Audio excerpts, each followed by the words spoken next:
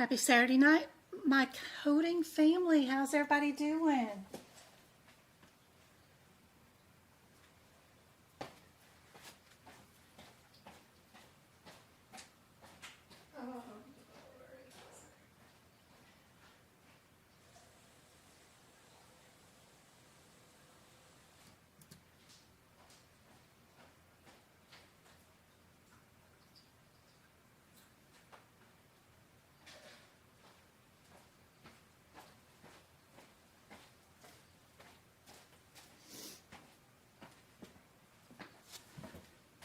Let's pop up our first question. I can't remember where we were at yesterday when my computer crashed for E&M, and a lot of people were complaining that I was just moving way too fast anyway, so I figured we'd just redo these again Saturday night and start over. That way everybody can look at these a little bit closer.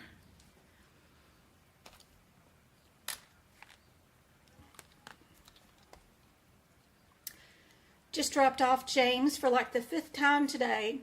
He had a birthday party to go to in another town over, and then as soon as I dropped him off, they decided to leave that area and go to a different area, but then James wanted to come home and shower, and then I had to bring him home just so he could shower and go back out to another birthday party location. So I've been back and forth all day today.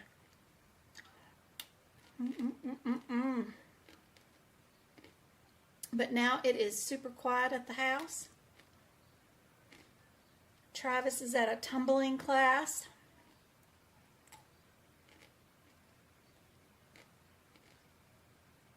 James is at a birthday party.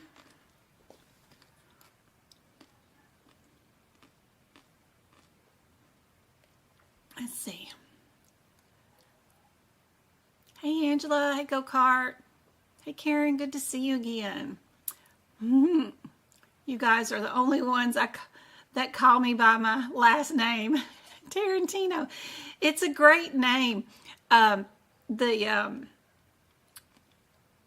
actor and movie producer, it brings me joy. I used to, back in the day, work. I don't know if you call it work, but I volunteered in Hollywood a lot. I've met lots of actors, movie producers. I've been on red carpets. In fact, I was in one of the last red carpets that's like the largest one that LA ever had. And I got to go to the after parties and all that kind of stuff way back in the day. Travis has been out on a few of them with me. And in fact, I think there is a picture out there on the internet of Tarantino and Travis together. He made it on the actor's homepage of his TikTok page several years ago. Anyway, back in a former life, so every time I say your last name, I think about my former life. Volunteering. I was really just volunteering, helping out story writers and actors and things. Just doing something different.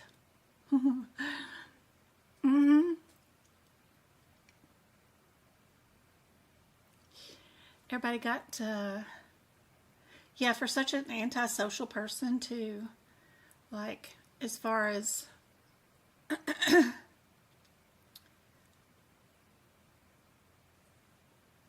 don't know. It doesn't seem like I'm very antisocial, but I am. Sort of, kind of. All right. Where is these questions for today? Where am I at?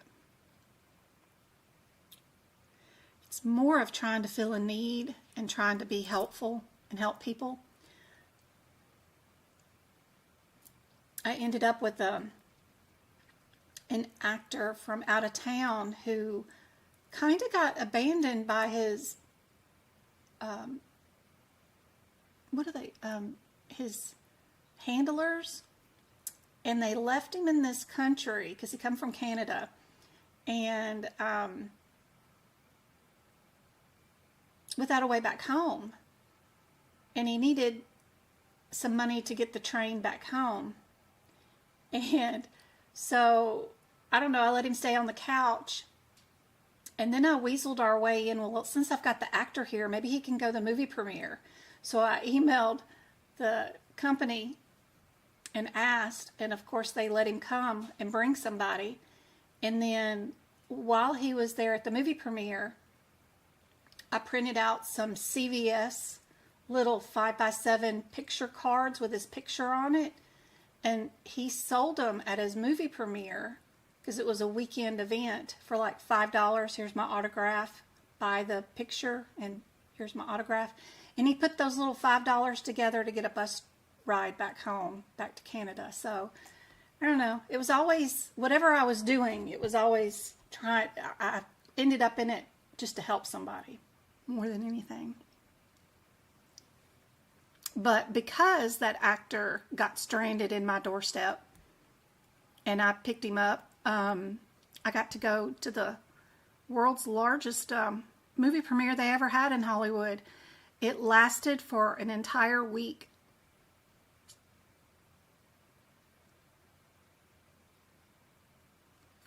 It was great. All right, this one was one that we were talking about that was crazy cool. They consider hypertension to be a chronic stable illness here, right?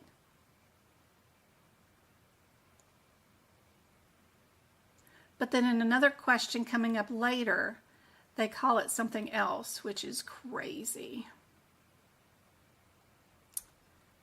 We'll get to it in just a minute. Here is Mrs. Smith. Is she a regular office visit, a skilled nursing facility? Is she at a hospital care area or a subsequent hospital care facility? I had somebody take their CPMA exam, and she almost got the same scores as I did in a lot of the areas. It was really kind of interesting that we made the same scores in like the cases.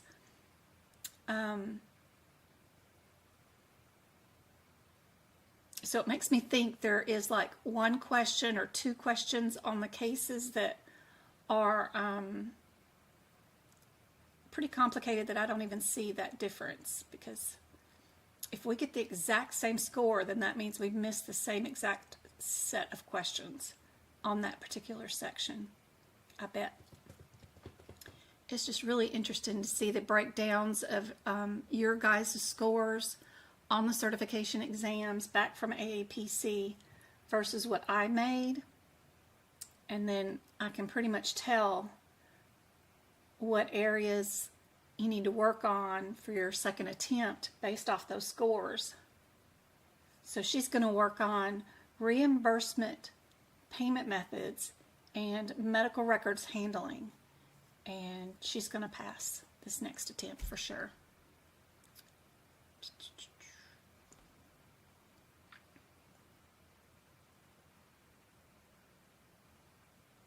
Agent, that's what I was talking about. Yep.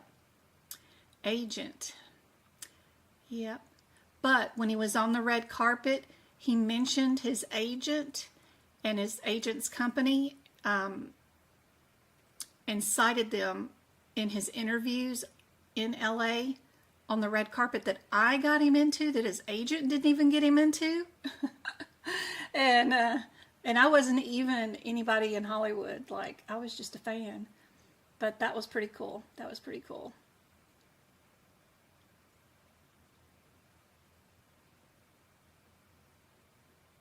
Agent.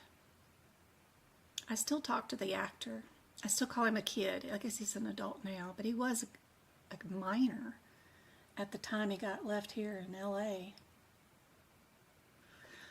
right. Subsequent care for the hospital. Yes, indeed. Good job. Does everybody remember Fred from fishing yesterday? He got dizzy. He went to a local ER. What would we bill? Are we outpatient services, ER, initial hospital care, or outpatient consultants?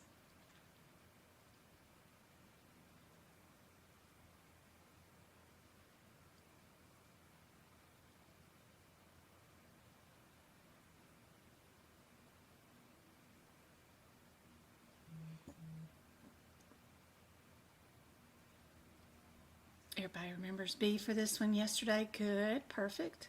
Here's our hypertension again, rewritten in a different format. Earlier, they said that our answer was stable chronic illness, and it's still hypertension, right? Our first question of the day. Pressure remains at goal, and they prescribe medication. They called the answer B. Now, this question, I don't guess they said anything about being at, see how they wrote this one saying not at goal yet? The other one was goal. So when they've met their goal, we can call them a stable chronic illness. But because they're not at goal, they're going to be chronic illness with exasperation, but not the severe exasperation. The other thing that I thought was cool was that C and B both start out with the same words, but the only difference is this one is severe exasperation. And that always goes with a level 5 visit. But I think that verbiage makes a big difference, and they call this one B. And then when it is at goal, we can call it stable chronic illness. Hey Kanisha, good to see you. She's been killing it with the email practice exam questions.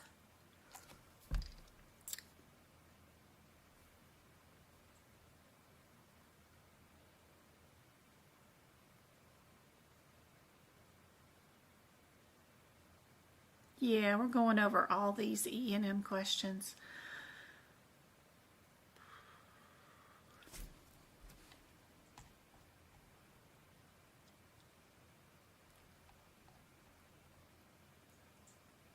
Where are our add-on codes? Where is that located? We know that our L is for cardiovascular, A is for modifiers. B and D are most similar because there's just one like little line that turns a D into a B. So it's probably one of those two.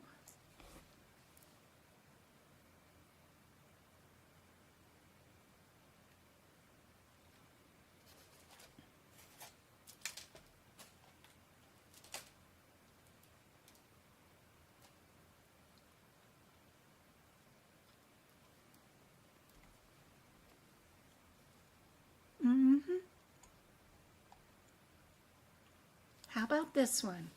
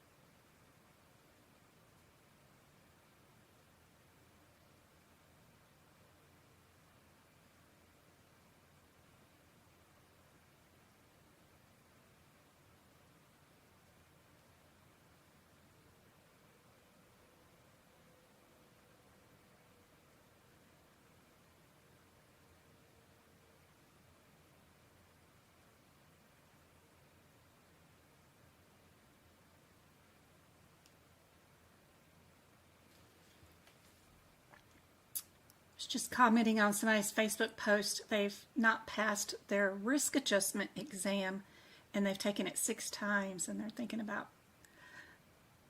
giving up. I feel so bad for them. Anytime they say we're going to transfer a patient, it is always, always new patient.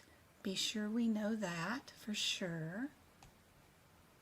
All right, UTI and a prescription always means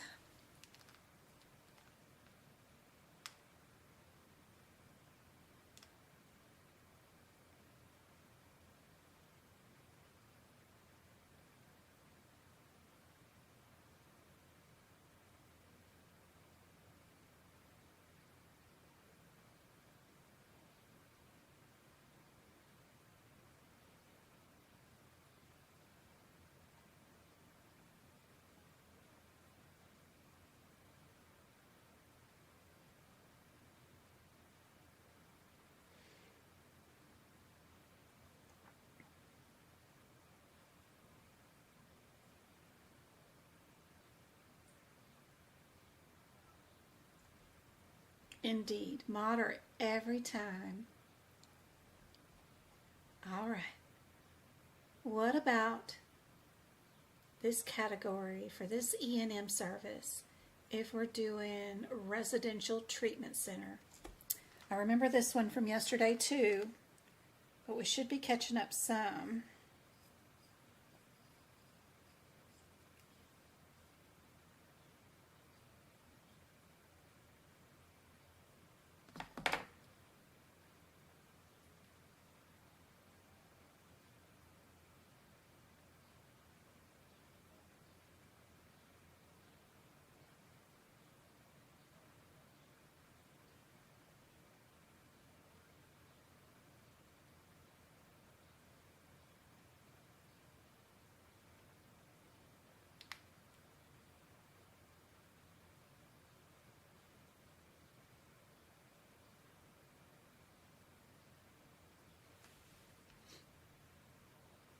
Indeed, we are nursing facility, Dr. A and Dr. B.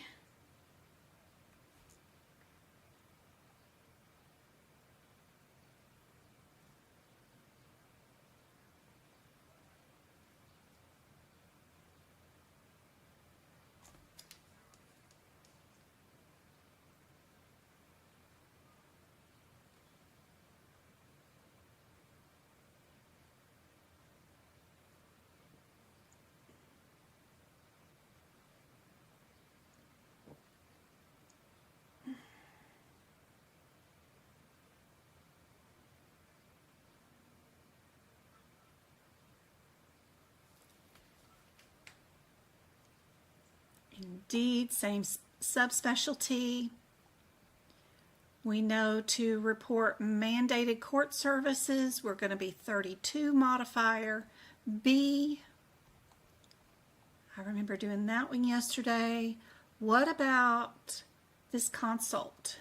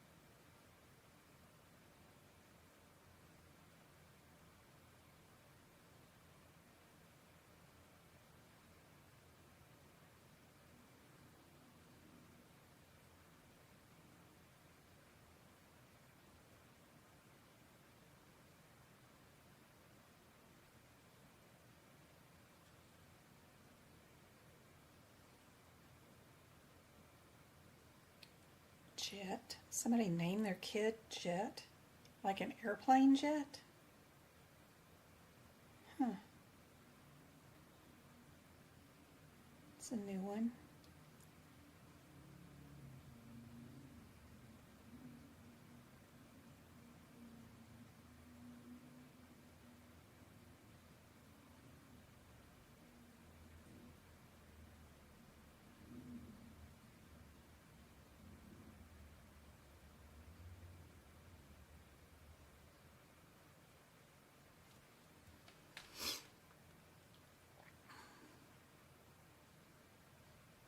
Which one?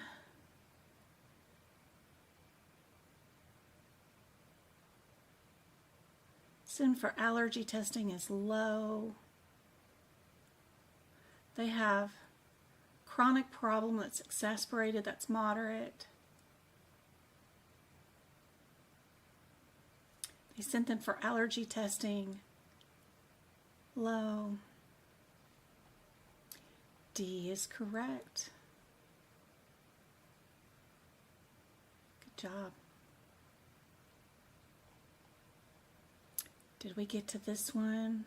Yeah, I remember talking about neurology and neurology. They're both neurology. So if they're both subspecialties are the same, we just need to find the one that's high complexity. And the only answer that is high complexity is our B. Yep, we did that one. Was I on this one when we crashed? Did I finish this one? Maybe. I don't know. When tissue glue is used to close a wound, do we bill it? Do we not bill it? Do we bill it as a simple? Do we bill it as a complex closure?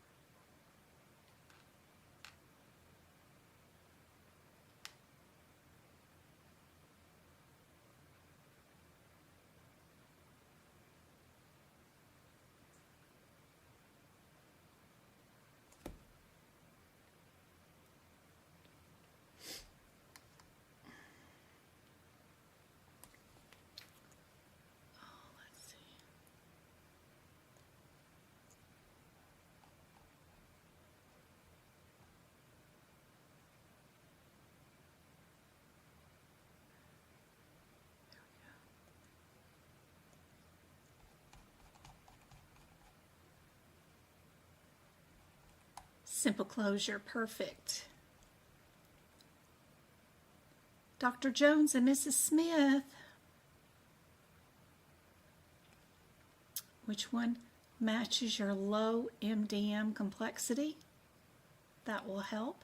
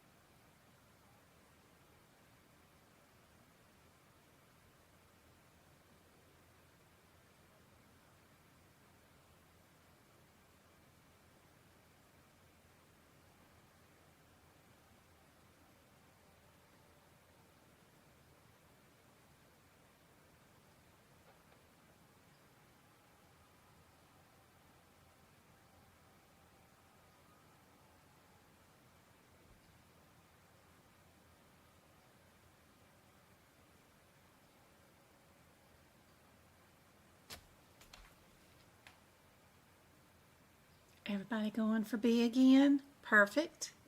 Indeed. Did we do this one yesterday? Oh yeah. 3 of them are part of your case management. And then the differences between these codes are either with an MD, without an MD, or with subspecialties like therapist and stuff. So where would a pulmonologist, oncologist, and a neurologist go?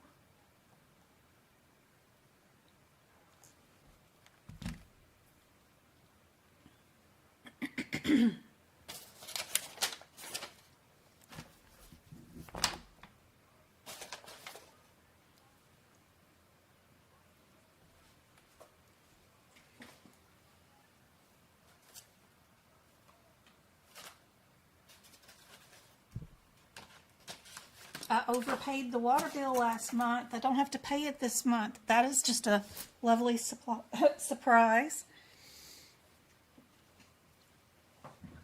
I think I accidentally sent the water company the electricity money. And I don't have anything on auto pay. You know, I have to wait and see if I can pay it today. So then that leads to errors when you're manually going in and paying it through your checking account and sending them whatever.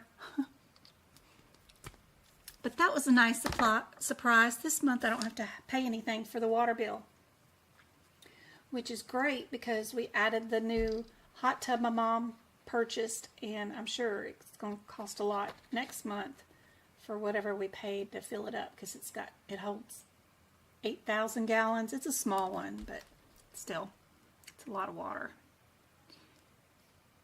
99252 is our consultation. Indeed, it is C. Perfect. All right, what about, I had changed this one to be a 234 because I think they shouldn't have a deleted code in the question, even though this comes from AAPC's 2025 list of practice exam questions. I don't know why they have a deleted code in there from 2021.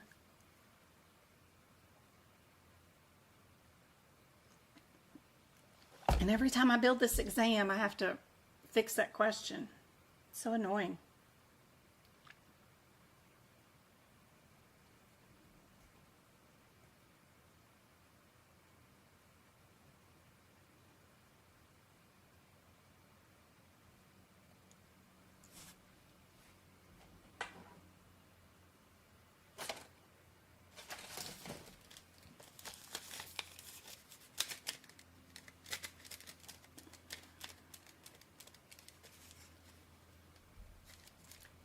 Are we doing admit and discharge all in the same day, a consultation, or standby services?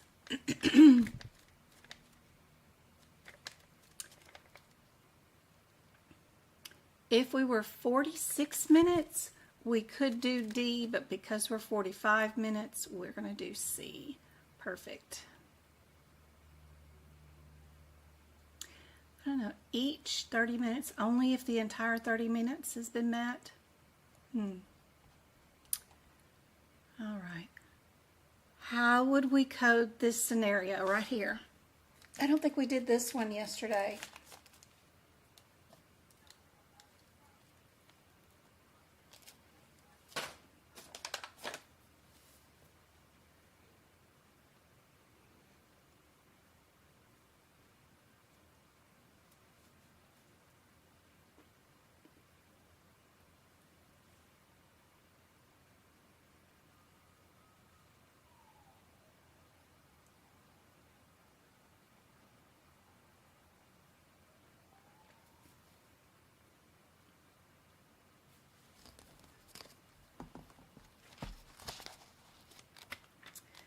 If you are in the, I gotta go get some tea. The 2025 book, your answer is going to be on 23. I'm going to go get some tea. I'll be right back.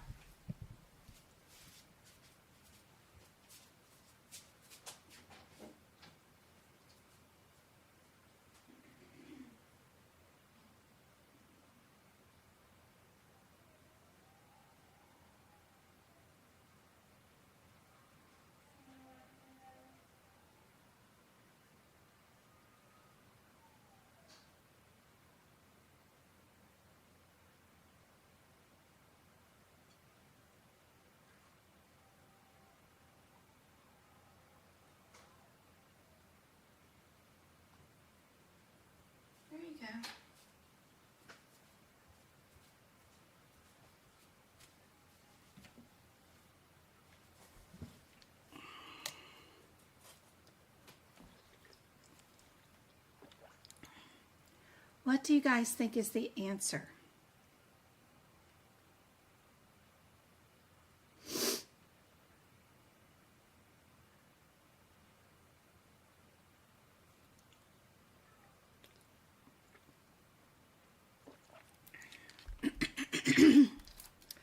Oh, gosh. So on page 23,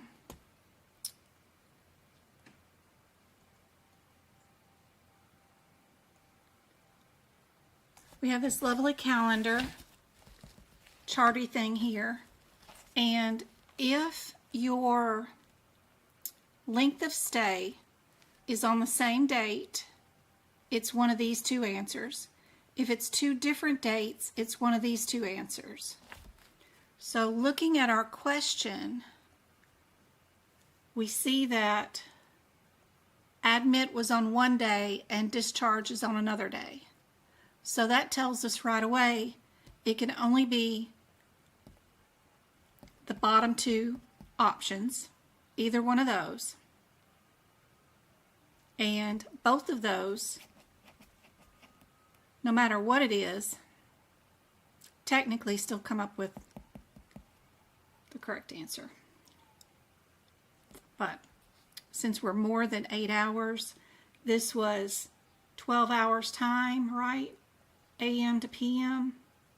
We did 12 hours. We know that the bottom option is our correct one. We get to build D. Be sure to use this chart during your exam. Don't try to figure it up with minutes in the E&M descriptor, like 45 minutes or whatever. Don't try to use that. It'll make you wrong every time.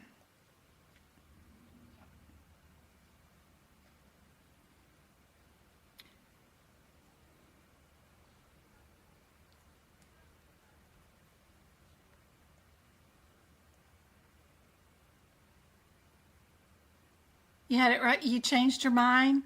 Never second guess yourself. Once you pick an answer, don't look back at it.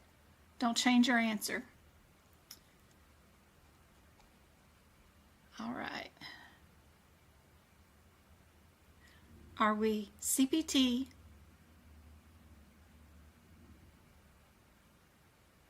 category 1, 2, or 3 codes?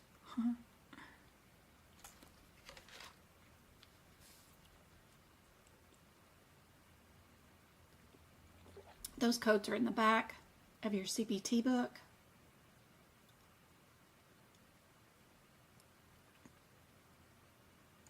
Sometimes the numbers restart too. If you can't find 111, keep going until the numbers start over again and they may restart again. Those category 2 or 3 codes are sometimes frustrating.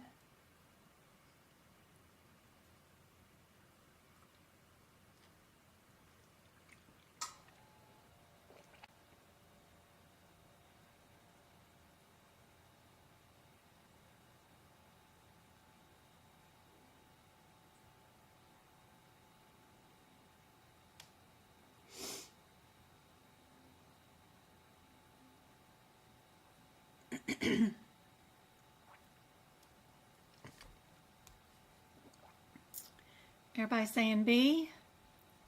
B is correct. Good job. Excellent. How about this one? Are we straightforward, low, moderate, or high? Let's give away some YouTube memberships.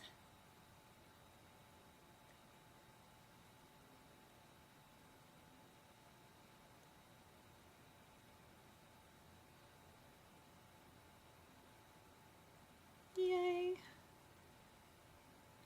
Let's see. Clips, Dawn, Reed, Trox, and Lindsay. All won YouTube memberships. Yay.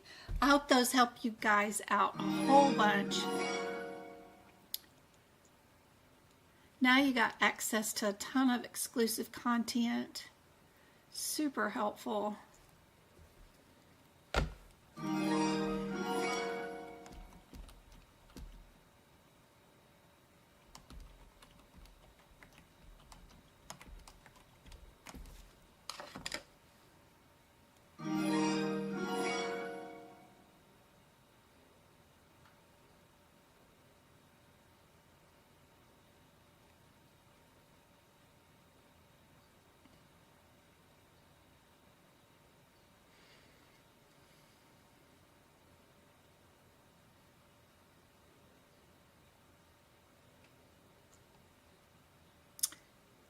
Immediate surgery is D, high.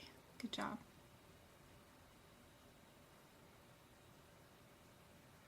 Are we straightforward, low, moderate, or high for this particular example?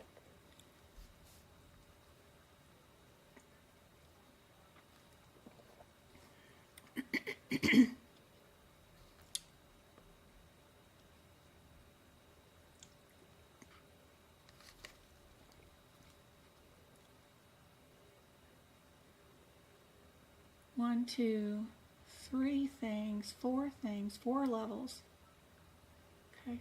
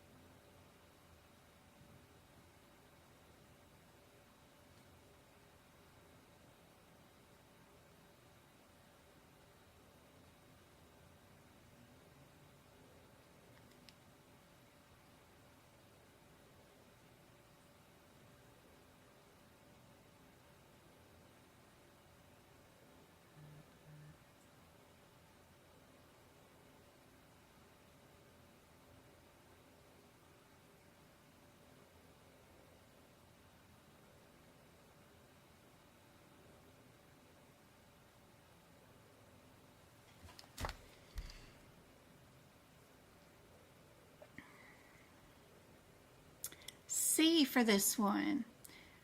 Let me show you where this is located at. In your, where's my camera? So to find this part out, you have to be on page 9 of your book, and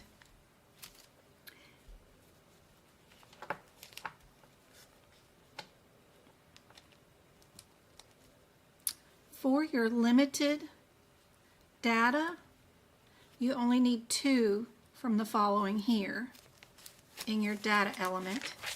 Over here,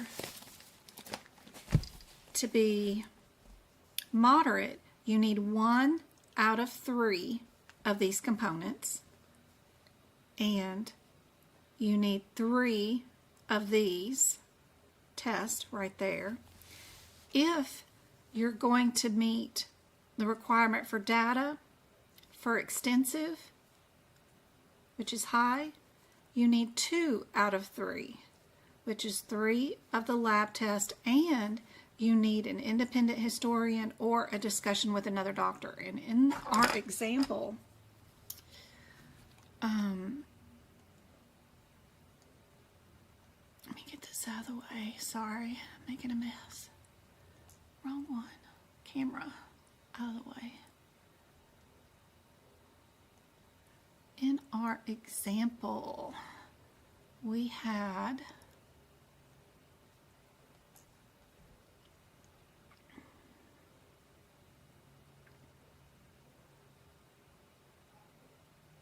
just for the data, she had 4 of those tests being done today. And that was only the requirement for moderate, because she met the requirements for 1 of those elements by ordering 3 of those tests. If there had been a discussion with another physician, or a mother or somebody had given history, then we could have been high. But this is moderate because of those amount of individual unique tests. All right, what about this one? It's okay if you're in the 2024 book. It's the same pages.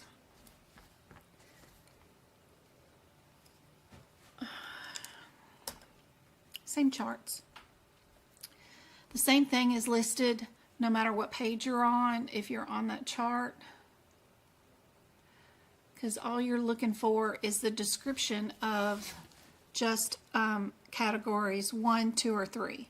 Categories 1, 2, or 3. It's listed on every single page, 1, 2, or 3. As long as you're looking at that chart. I think it's the same page numbers for both years. 9 and 10.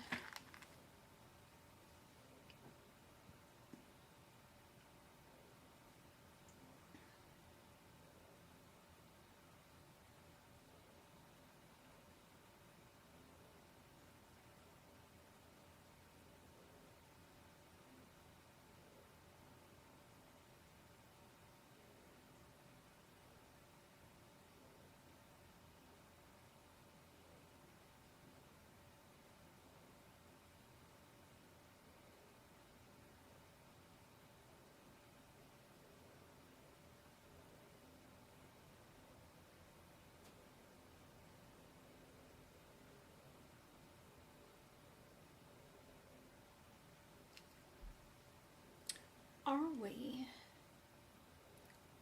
new patient or established patient?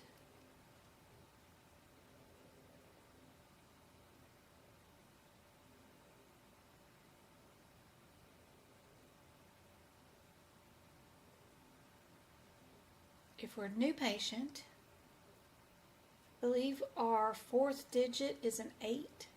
If we're an established patient, our fourth digit is a 9. Then the codes are just separated by age. This one is B. I think everybody got that one right. Good job. Perfect. All right, what about this one? Are we an established patient, which is our fourth digit, number 1, or is this patient a new patient where our fourth digit is a 0? Once you figure that out, then you just have to figure out, are you low or moderate overall MDM?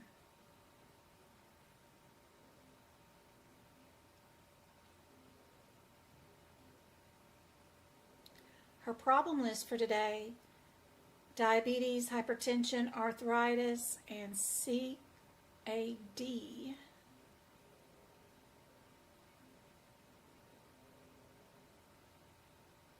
Or a hemoglobin, a CBC. And they changed her medication. Told her to follow up in 3 months. Indeed, she is a moderate. Good job.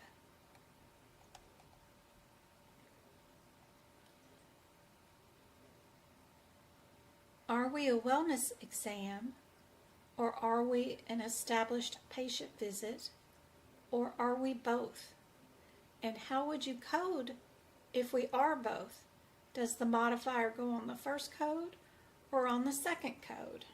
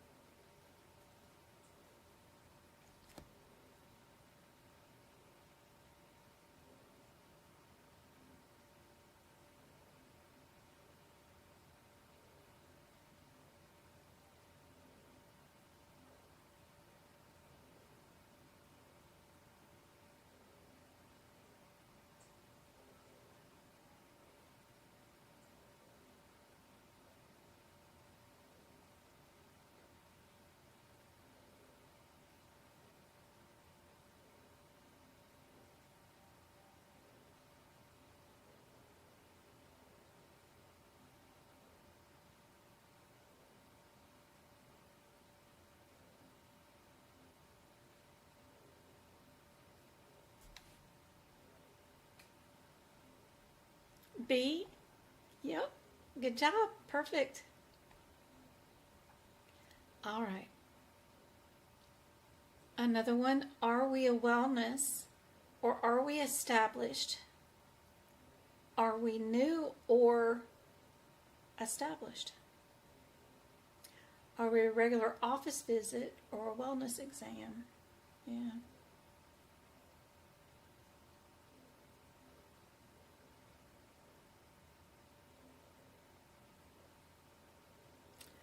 This patient has cerebral palsy, type 2 diabetes. So we've got 2 chronics.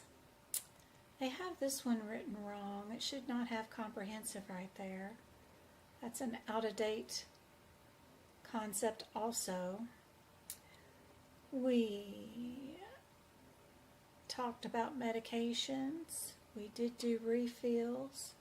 We did a PPD and a flu vaccine.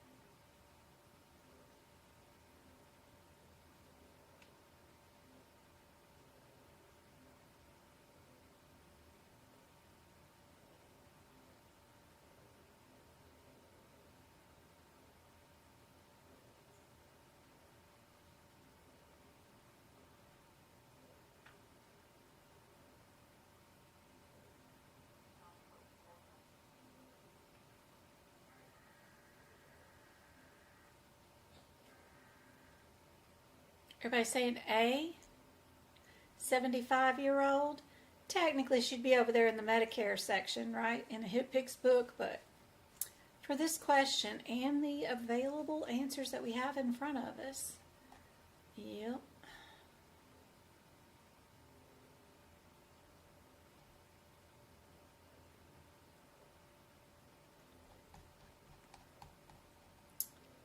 All right. What about this one? Are we billing a hospital visit, an outpatient office visit? Are we billing one or the other or both?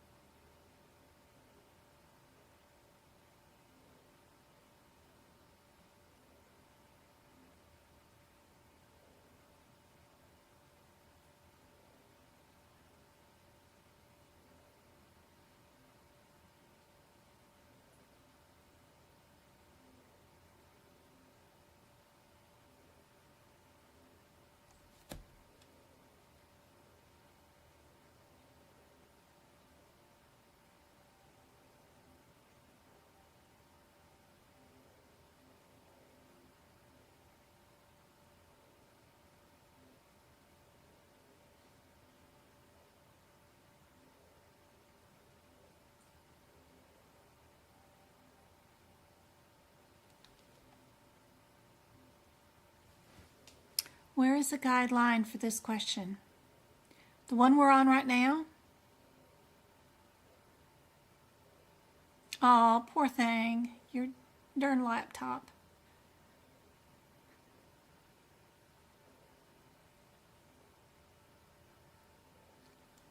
The provider documented 2 distinct notes. If there's 2 separate notes, one for the admit, and then one for the office visit, what are you going to bill? The guideline is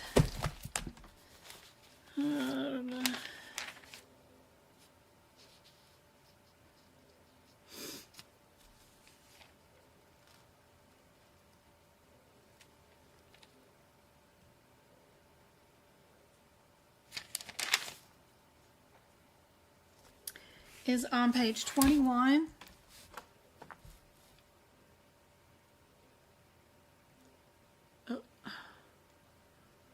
Of the 2025 book.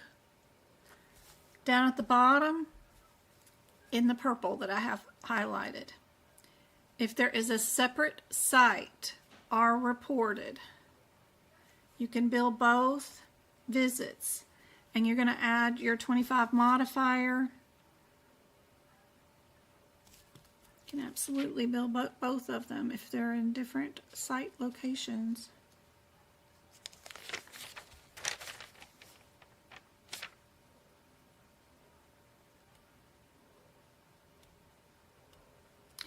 When the patient is admitted to the hospital as inpatient, but it was also during the course of another site service like emergency room, doctor's office visit, nursing facility, the modifier 25 may be added to the other evaluation and management service, indicating a significant separate and identifiable service was provided by the provider.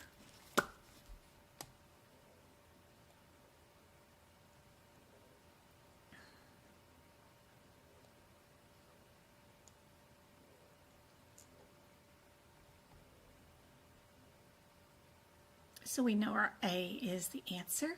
Yeah. It's a good one. I wish they had all these guidelines like in some sort of orderly fashion. There just seem to be hodgepodged little sentences randomly throughout this chapter. All right, what about this one? Are we in the ER doing critical care services? Or is this admit hospital visit?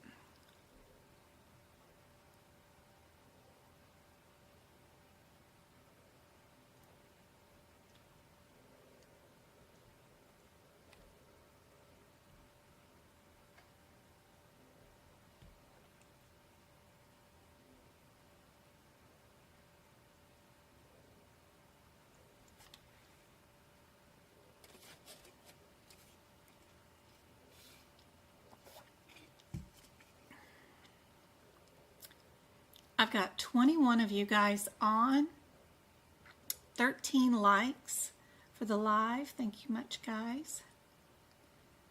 I hope these videos have been super helpful lately. Our membership has new videos for a bunch of integumentary questions, a bunch of musculoskeletal questions, and then now all these E and M questions, which are great to have in bundles like this.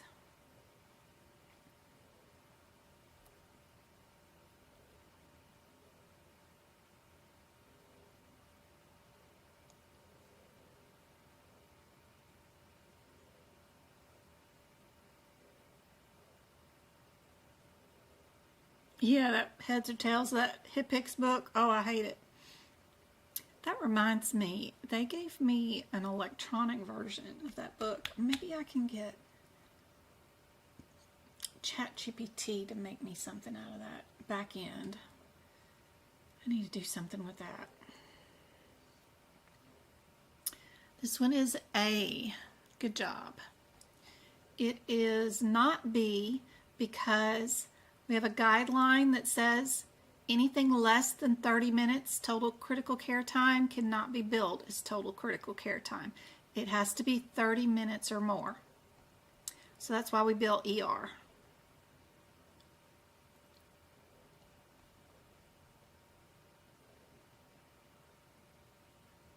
Are we an established patient?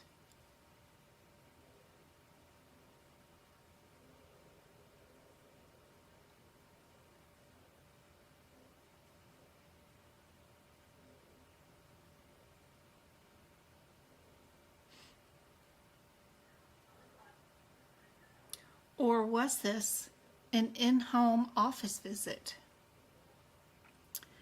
Kind of like if you see patients on cruise ships or wherever they live at the time.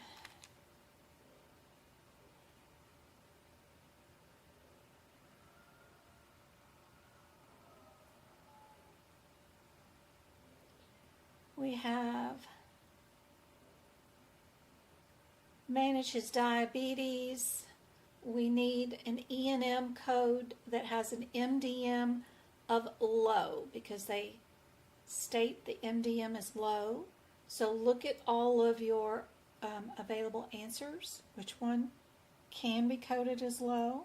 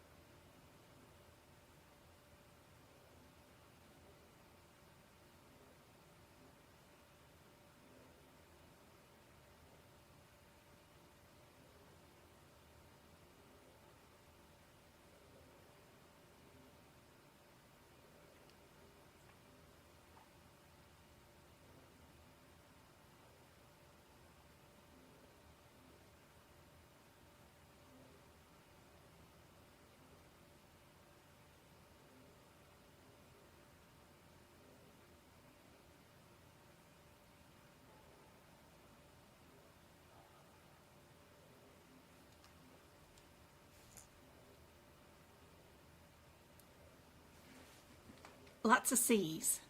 C is correct. Good job. You did need to code the home services.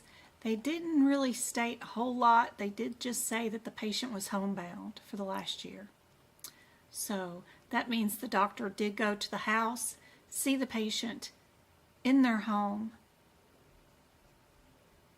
A lot of countries do that with their universal health care. And you have a neighborhood physician who's responsible for your neighborhood's health, right? If there's an outbreak or all those patients get sick and cause the government a lot of money, then they know their area neighborhood physician is not doing a good job, so they're held accountable for all that stuff. So making sure that diseases don't spread, and then if your kids are sick, they just come to your house and keep it all contained there. And so instead of having you go out into the neighborhood and make everybody sick. So I like a lot of parts of it. Did anybody see that Oregon is making universal health care for all of its residents? It's exciting to see a state try to attempt this. I hope it works out for them. Prevention is key. If we also gave away free education to anybody who wanted to be a doctor, physician, nurse, astronaut, whatever they wanted to be, I think we'd have something really cool to build on right there. A smart and healthy population,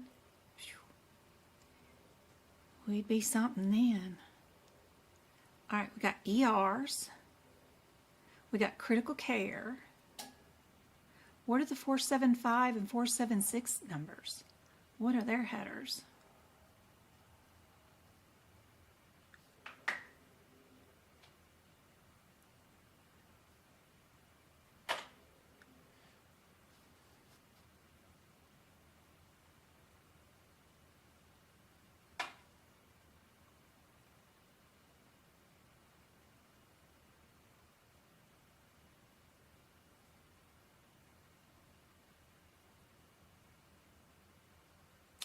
Child who's 3 years old has been admitted to PICU, what would we bill for? Cardiovascular monitoring, mechanical vent,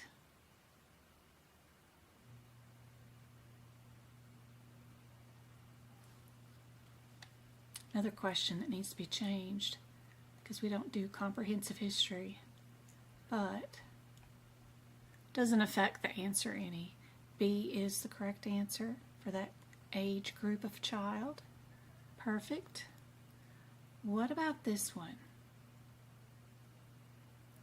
Do we have a new or an established patient? Do we have a consultation?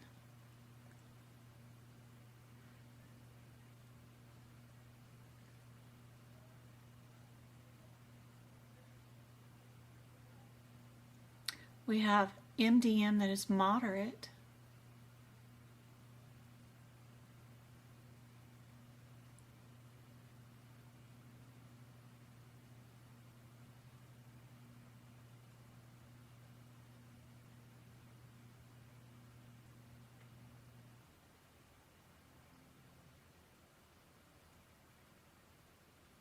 This one's high. This one's moderate, high. What is our 53 and what is our 54s? Those are moderate, right? We do have some time in here, 45 minutes, 11 minutes. If you combine that, that's 56 minutes. What do you do with all that mess?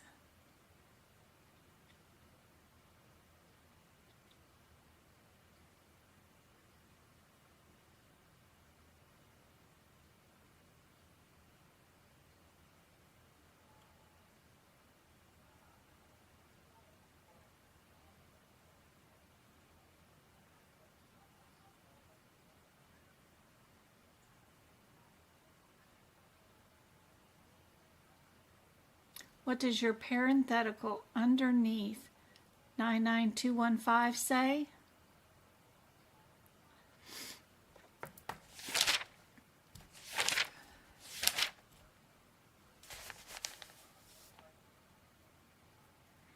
For services 55 minutes or longer, used prolonged service code 99417. They just want to know if you guys know that parenthetical is there. That's all they're doing with this one. So this is 56 minutes. Alarm bells should go off in your head when you hear 56 minutes because you have a time limit on 215 of 55 minutes for a parenthetical. So they just want to know, do you know that those two go together? And that parenthetical is there. It is A.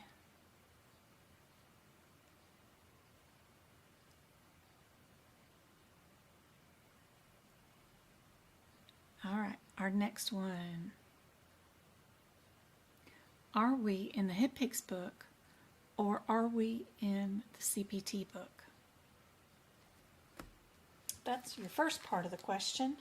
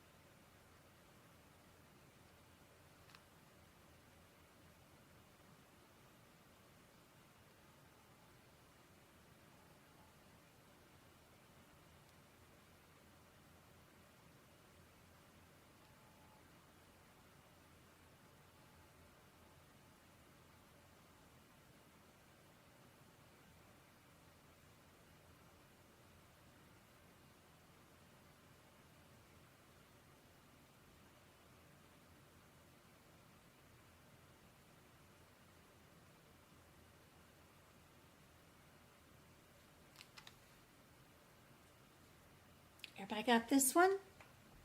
Indeed, D is perfect. Good job. All right, what about 6-year-old? Are we in admit hospital, ER, ER, ER? We've got 3 ER visits and 1 admit hospital visit.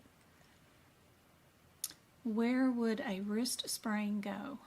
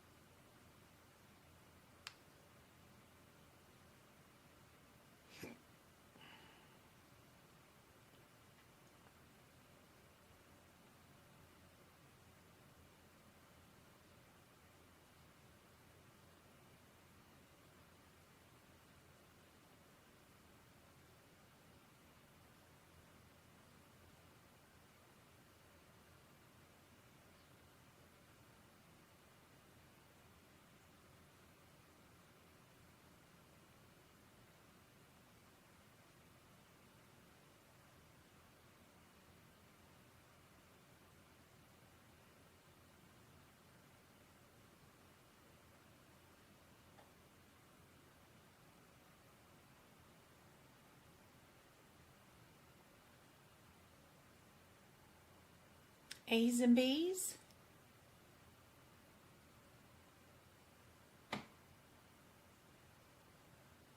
B is moderate. 1 x-ray, and she's told to do over-the-counter meds. Her problem list is a problem. It's not an illness. We only ordered 1 test, but we did tell her to take some over-the-counter meds, which is moderate risk. But the other 2 are straightforward. I'd say D. C is a nurse visit, and B is like for chronic illnesses, not a problem. But sometimes I'm wrong on these because AAPC has their own mind on these. But if I was picking it, I'd pick D. I don't know. Just because this is a problem, not an illness. And if you look on our lovely chart, I could be wrong, but if we look at our chart on 9, low,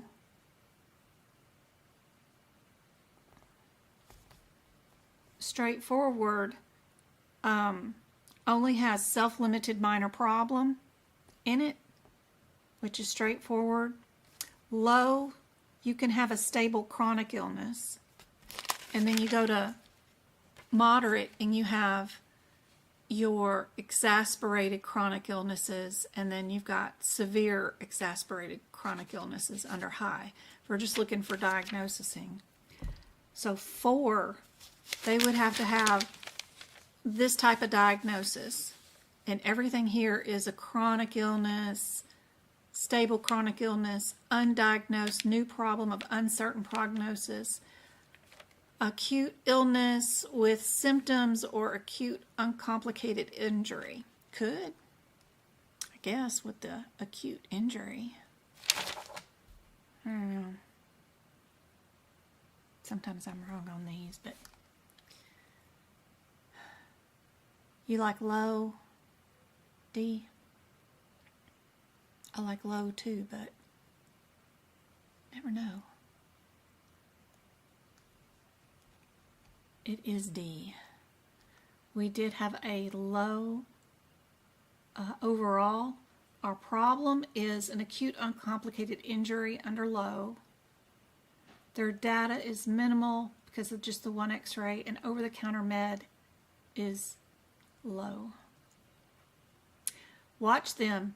You'll see in some of their rationales, when they put this word right here, over-the-counter meds, they'll put moderate risk because it's a med, even though it's over-the-counter. So this is the one that they Some rationales will say that over-the-counter med is low, and then some rationales will say over-the-counter med is moderate. Drives me nuts when they change the rules on us and don't tell us why. All right, are we critical care with a bunch of other stuff coded?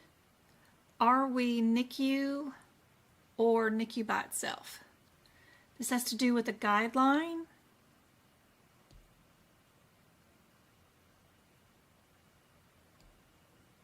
And with patient status, where are they located at?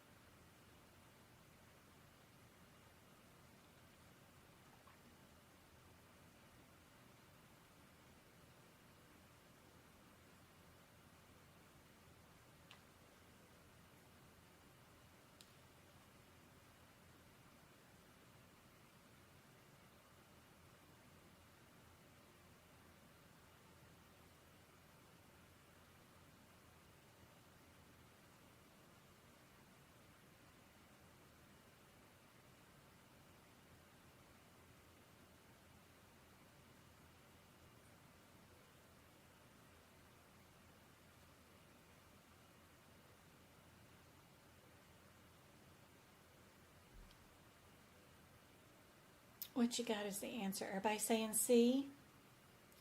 Yeah. Our baby had not been admitted yet. They just were born and we're waiting on a helicopter. So I like C. Yep. Once they've been admitted, if they had ever been admitted to the hospital, you would only bill NICU. It's a global code, but it would be the 68 code, not the 71, because 71 is for an older kid. Yates, we've done this one. Loses his yacht at a poker game. My goodness. Which critical care services do we bill for his chest pain?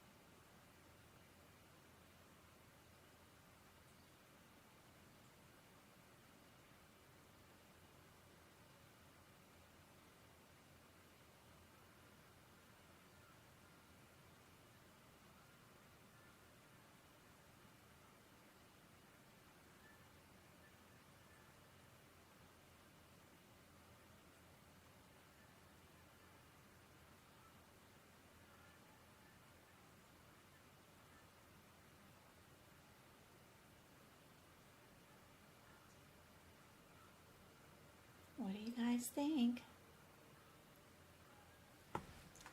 A, CPR, critical care, and our vent trach. Remember, if you're going to bill for something, you cannot count the time that you did that as critical care time. It's called double billing and fraud.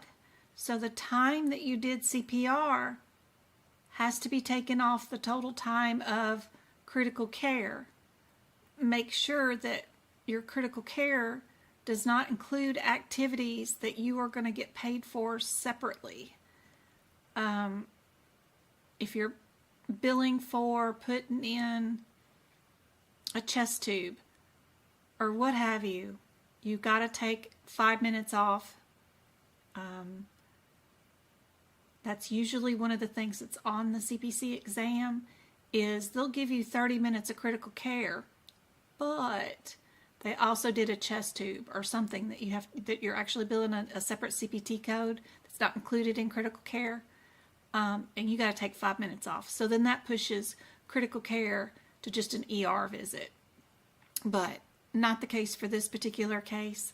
But just in case you see something like that on the exam, be very, very careful that your critical care time does not include time spent doing something that you're also billing for.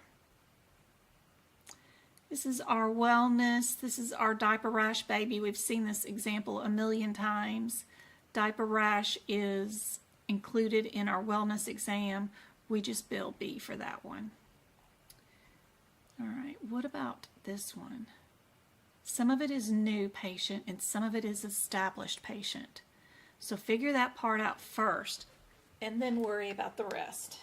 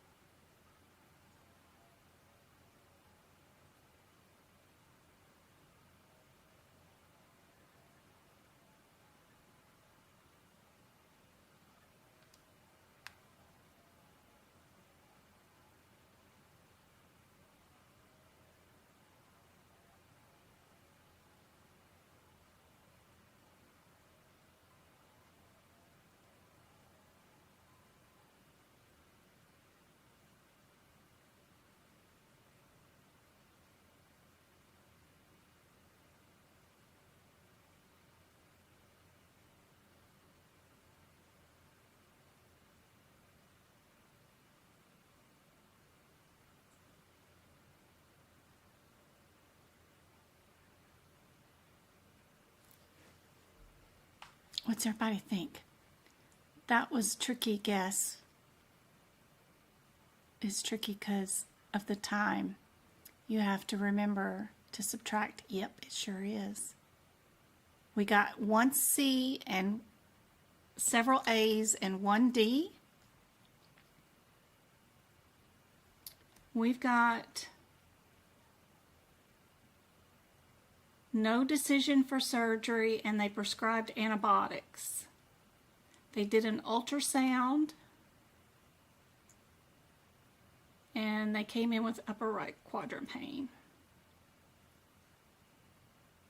And they returned to the provider's office. So that means they are established. There's only one answer with established. Only one. The rest of all of these are all new patients. And if they're returning to her doctor's office, you know what the answer is and you don't have to think about it. A. All right, what about this one?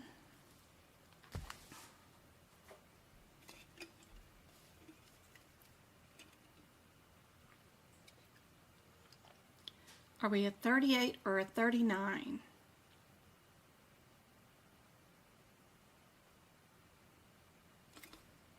We have a moderate complexity, MDM, 45 minutes, spent bedtime.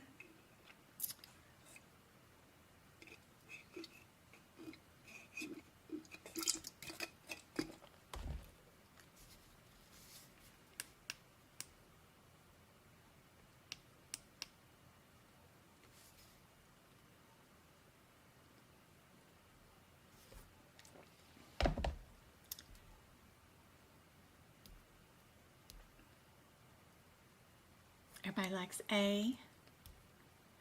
It's D.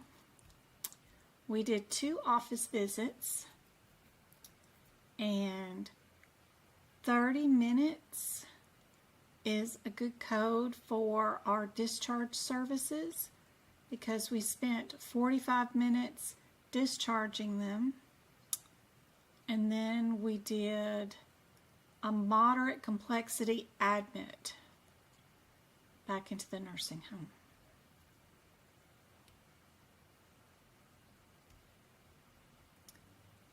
All right, what about 99? Ooh, they're all established. Okay, so we have no MDM and no time, and our patient comes in with bilateral lower leg swelling. We ordered an echo and a kidney function test, and we refilled some prescriptions. Are we overall MDM based off our problem list, the data that we reviewed, and the risk? Are we a level 5, a level 4, a level 3, or a level 2? Which is straightforward, low, moderate, or high.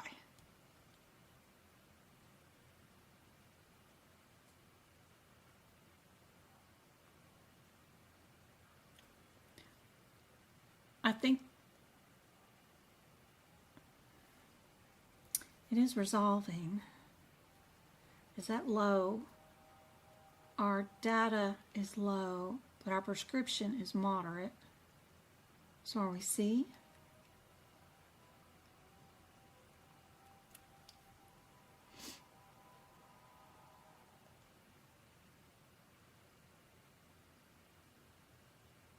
You can't count reviewing a CPC that you ordered last time you saw them because you billed for that as part of your MDM the day you ordered it. So when you're reviewing labs that you ordered last time, you cannot count them today as an MDM. But we had enough stuff that we did order some stuff. We ordered 2 tests. That still doesn't qualify for a moderate right there, but prescription does.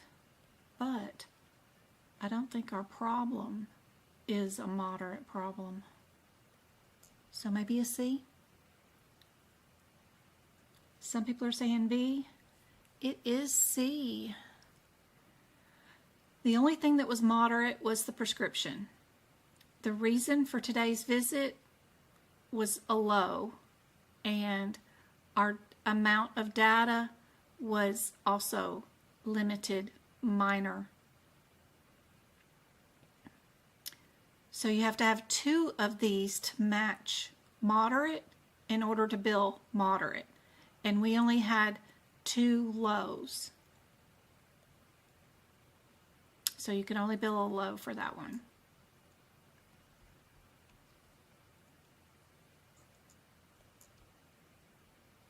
Okay, what about this one? We got newer established, so that's easy. And then, are we moderate or high, or are we low and moderate?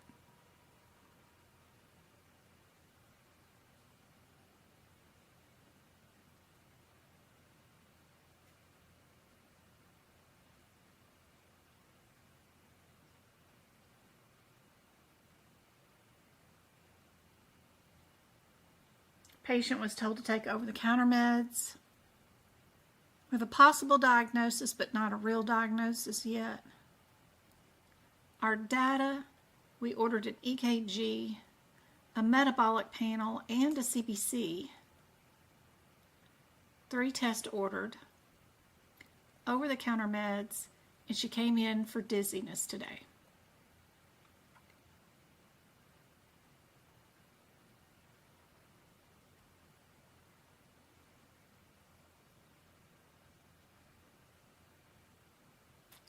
Since she is established, I wouldn't consider her high, ready to be admitted to the hospital, you know, a 15, so must be a 14. Here we go. Perfect. All right, we got an admit hospital, a subsequent hospital visit, a discharge, or an ER visit. What are we billing for today?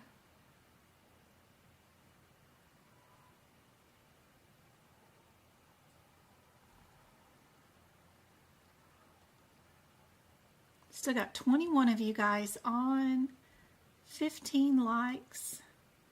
Thank you so much, guys, for all your support. I hope this is helpful.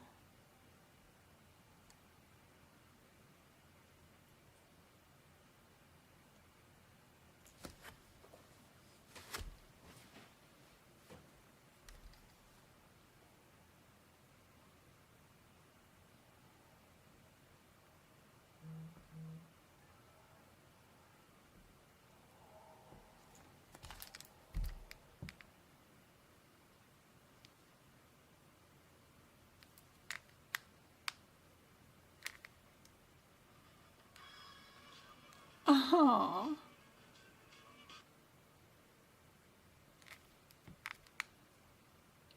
Twinkle.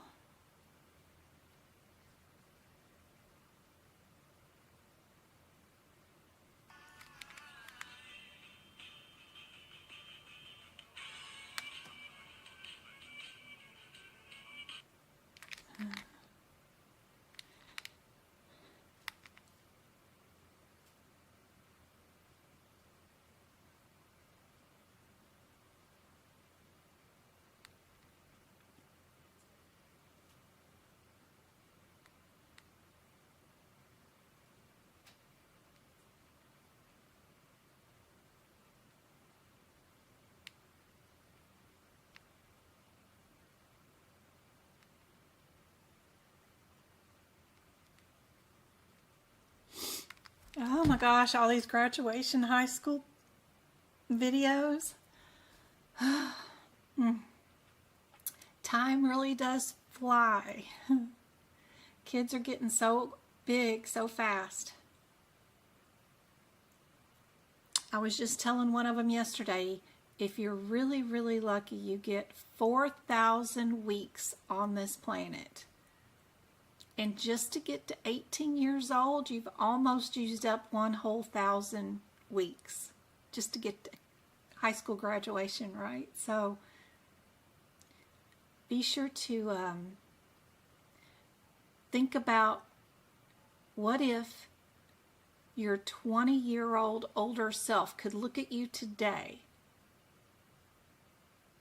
and what's going on right now? Would they be happy and fist pumping you, or would they be freaking out and wanting those 20 years back for a redo?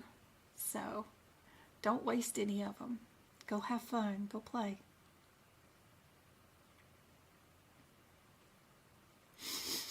I can't take graduation. Grow up too fast. Oh my gosh. I cannot believe Travis will be 17 in December. My baby. All right. We've got chest x-ray, CT, prescription,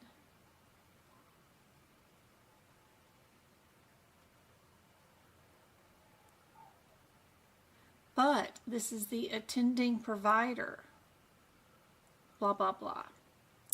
The provider today spent 20 minutes discharging.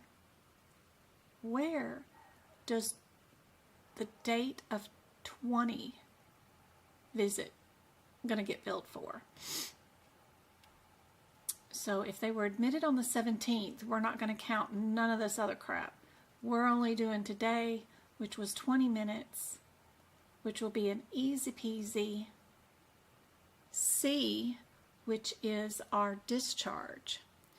A lot of times, everybody gets all fancy in reading everything that goes on here, and then they stop, right?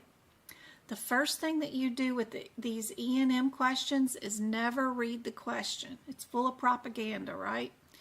You're going to go look at the available answers. This is admit hospital. This is subsequent hospital visit.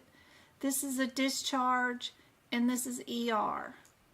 The second thing you do is go look at the last sentence. What are they telling you to bill for? The 20th. Okay, what did they do on the 20th? They discharged. You only have one discharge answer, which is C. All the other codes are not under discharge, so you know your answer is C. Do not read the questions in E&M. All you do is go look at your headers for your available answers and go to your last sentence. Only dig out what you need for that last sentence, because the rest of it will get you in trouble.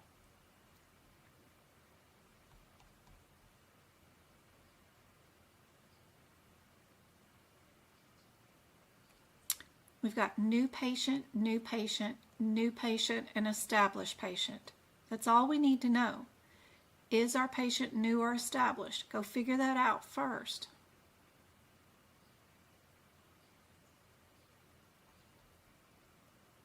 She's seeing Dr. Long on their initial visit, so you know you have to get rid of the established visit. So, are they a level 2, a level 3, or a level 3 with an add-on code? All we need to bill this is to do our MDM or time, right? Where does 32 minutes go in play with? Go look at your times for your new patients. Which one is for 32 minutes?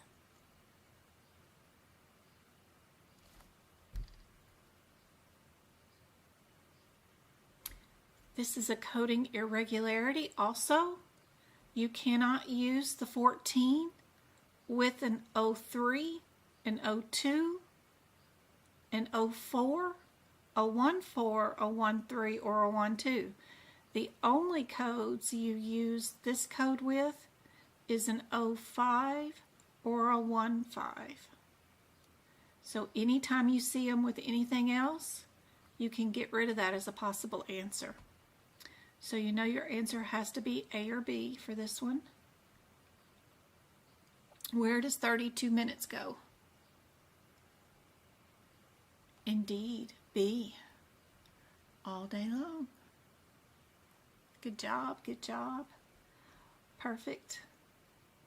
All right, what's our headers? Discharge, admit hospital, subsequent hospital Tonya visit, Johnson has become a member, or subsequent hospital visit.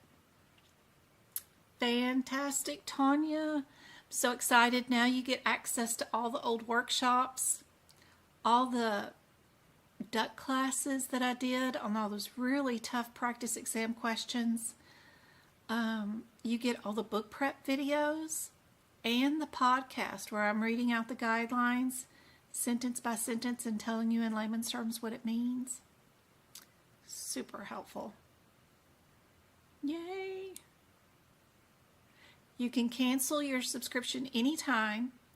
You just go to your Play Store that you just subscribed on, click on your account, click on subscriptions, and click cancel. I just don't have any control over the YouTube cancelizations. That's handled inside your Play Store under subscriptions. All right, Are we a discharge? Are we admit? Are we subsequent hospital visit? What's our last sentence say? What are we doing?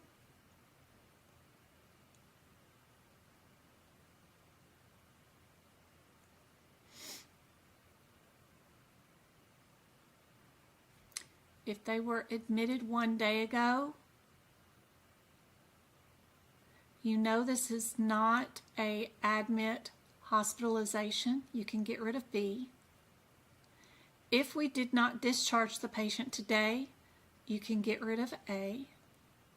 So, are you a level 2 or a level 3 subsequent hospital visit? That goes based off of diagnosis, data, and risk, if we don't have time or MDM status for this patient. So for a diagnosis,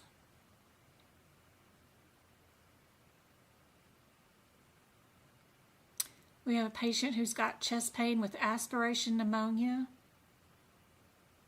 Patient is okay, so maybe they might be better today. The right was worse than left. They're on antibiotics, intravenous, or on vent management. Oof.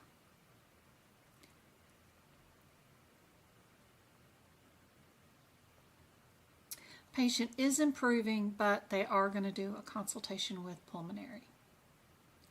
Is that a level 2 or level 3? Everybody saying C or D? It is D. Good job, Shelley. Excellent job.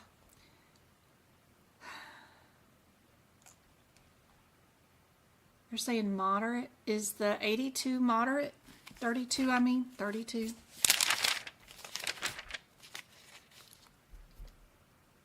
.32 is moderate. 33 is high. They would need to be circling the drain and severely ill, and you would nearly need to spend a whole hour with them if they're a 33, because it's a high level.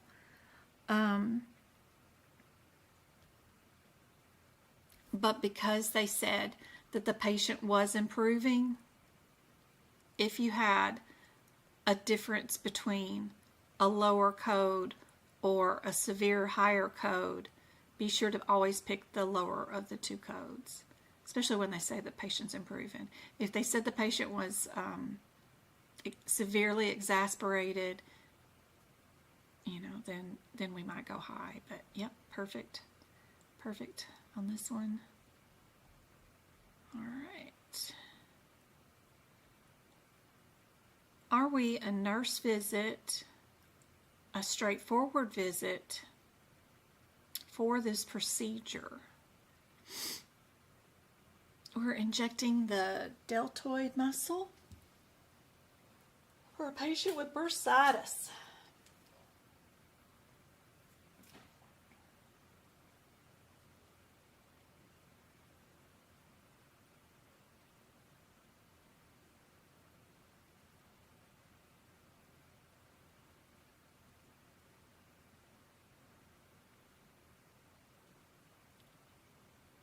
Did your doctor do an office visit that requires a decision to be made?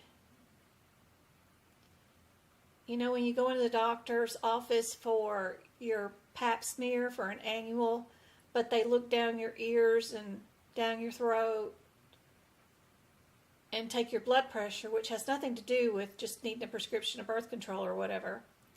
They do that because they want to get paid for the E&M visit and not just for the procedure of the pap smear, which they can just bill for, which would be cheaper for you. But if they actually look in your ears, down your throat, review all your meds, listen to your heart, your bowel movements and all that stuff, then they can bill for an E&M visit. If this doctor did not do a head-to-toe exam and make a decision, then you cannot bill for an office visit. So if the patient was scheduled for just their shoulder injection and that's all you did, then you just bill for the procedure. And that's it. So D is your answer for this one. Just the procedure.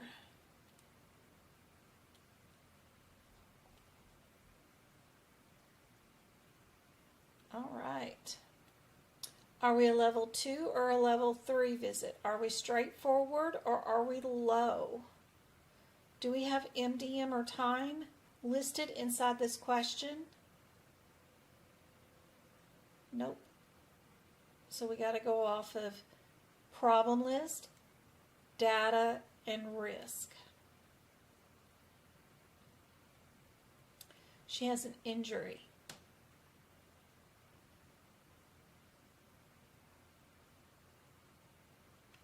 No prescription was done. Told to go home. Take over-the-counter meds.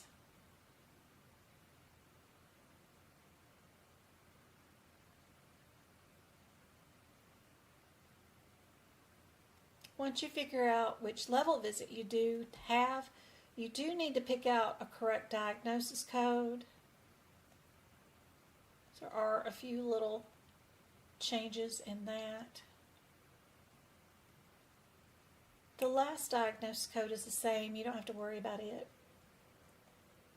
Are you an 18 or an 01 or a 19 might help too.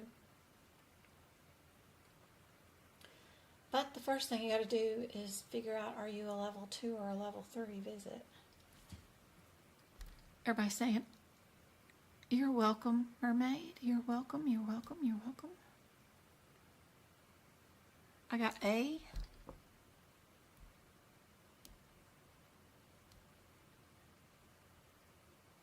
Looking for the process of similarities.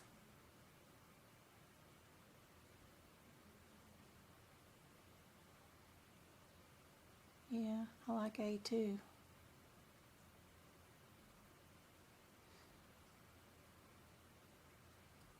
They didn't order anything. They didn't do anything. Yeah. But this one they want B. They want a level 3 visit. Let's go see why. The number of complexity of problems is low, not straightforward. They're saying it's an acute, uncomplicated injury. There's no data, and they're saying low for over-the-counter medication. So they're saying the problem list for today was not a minor problem. They're saying it was an acute, uncomplicated injury, making it a low for our diagnosis area. And the prescription, or the over-the-counter meds, makes that low too, so they're going to say it's a 13.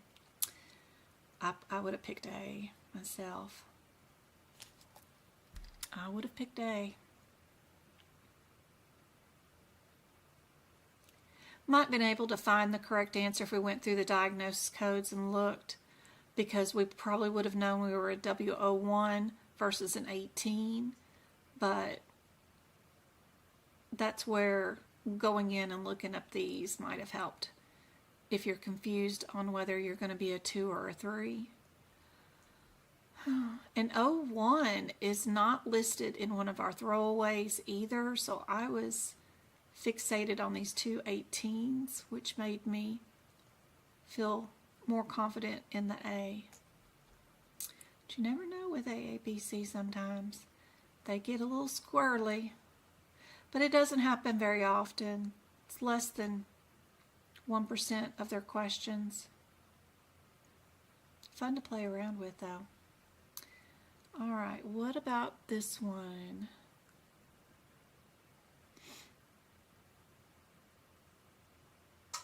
Are we critical care or are we ER? 3 of your answers are critical care. They all have CPR in them. 3 critical cares. Do you need that 25 modifier or not. If you ended up in the ER, you're down here on D. Are differences between the two that are similar with the 25 modifier and critical care and CPR is that the last code is different. That versus this. This is in one of our throwaways, so yeah, C probably. Just playing around with it without looking up anything.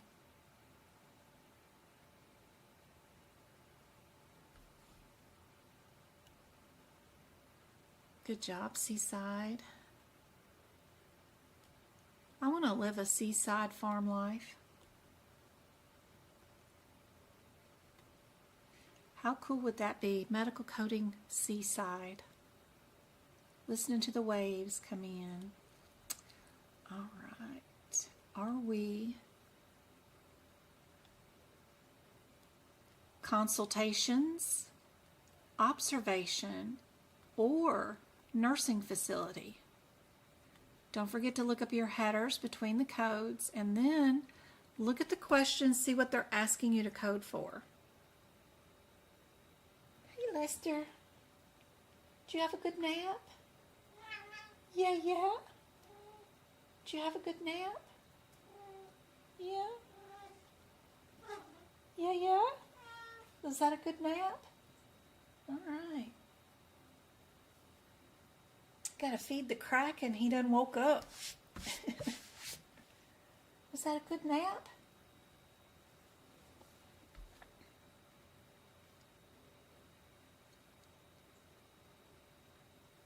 Where is our patient?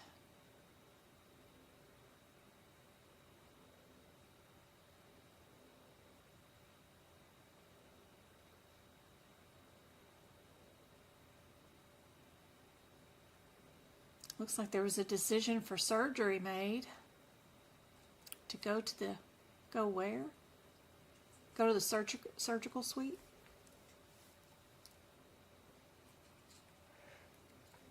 Oh.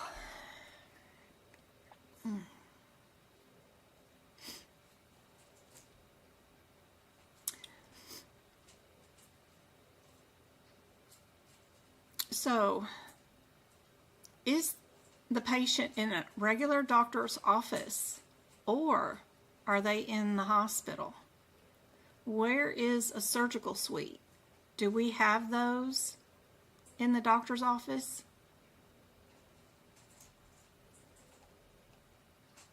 Everybody got D for this one?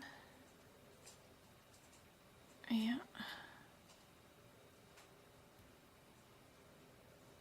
Crazy. All right, are we established regular office visit, moderate or low, or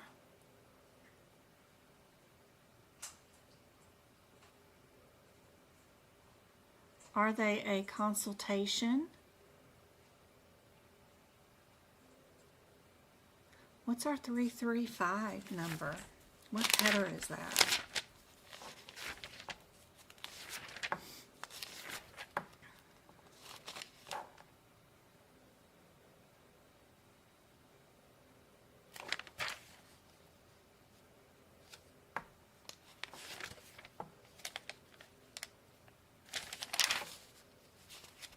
I don't remember that one off the top of my head.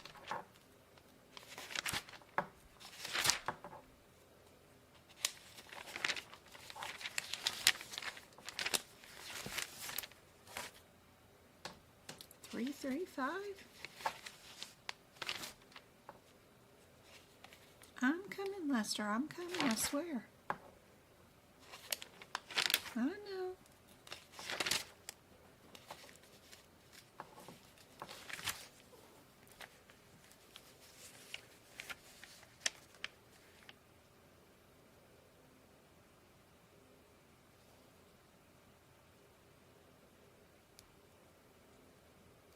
Told to continue and follow up in 2 weeks. An established patient presents to the clinic today for follow-up on pneumonia.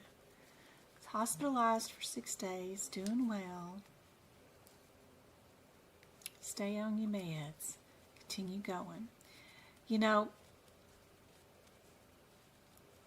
if we told them to continue on their antibiotics for 2 more weeks, for 20 more days, that's writing another prescription. When you write a patient's prescription, what are you coded? You see that, bells are supposed to go off. Prescriptions equal moderate. Yep, we're going to be A, right?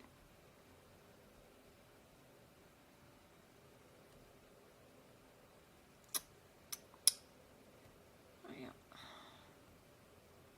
That prescription drug management.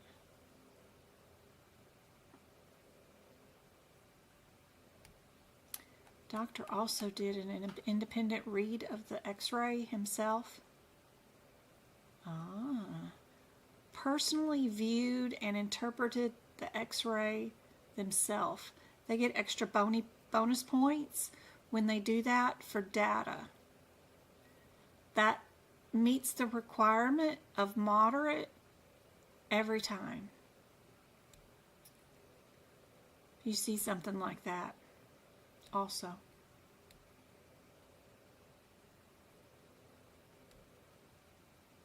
It's a cool question.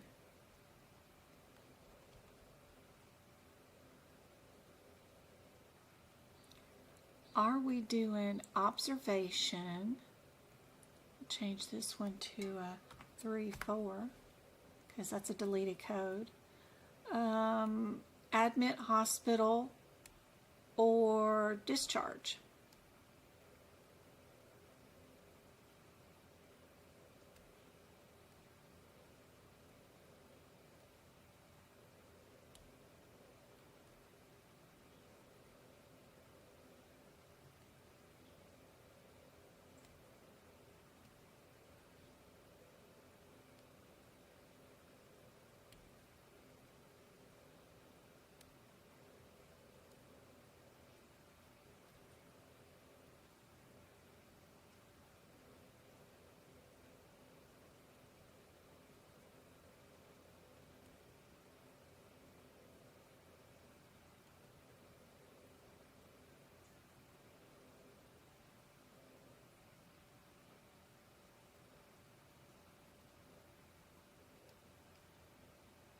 This one could be very tricky. They're 90 years old. They probably have Medicare. If that's true, they're only going to pay for admit only. They don't pay for observation. If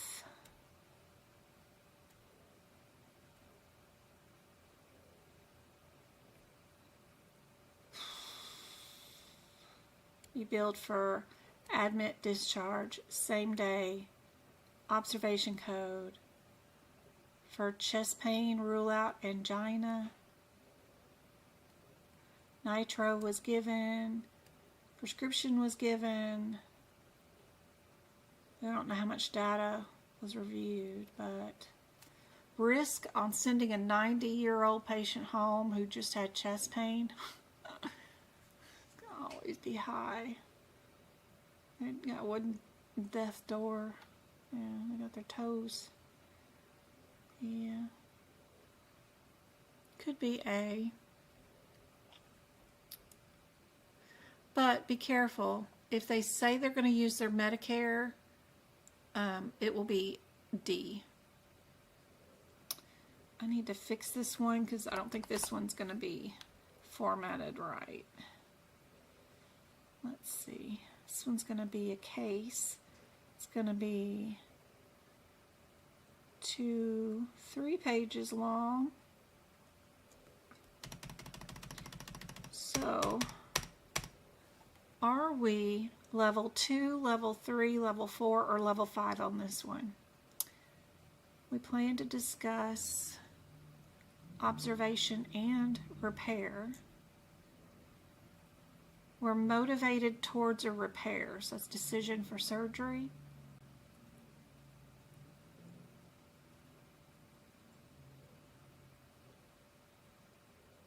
told them to schedule a surgery and sent them home.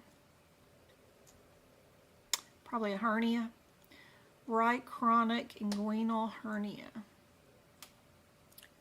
What do you guys think is the correct answer for that one?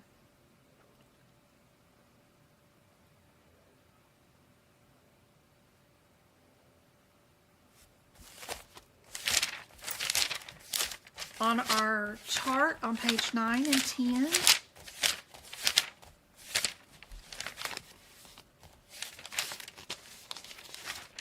there's 3 decision for surgeries. Under moderate, there is under the risk table, under prescription management, there's a decision regarding a minor surgery that identifies a patient and procedure risk factors. There's also a decision regarding an elective major surgery without identifying patient procedure risk factors. Under high, there's also a decision regarding an elective surgery with identifying patient procedure risk factors, and also a decision regarding an emergent major surgery. Also a decision regarding hospitalization.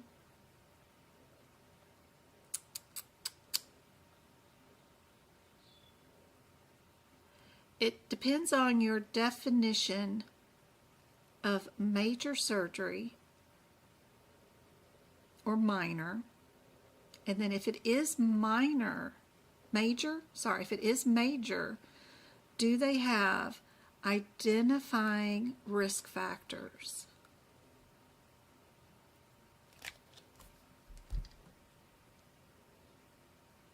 So you know the answer can't be to A or B. It has to be C or D.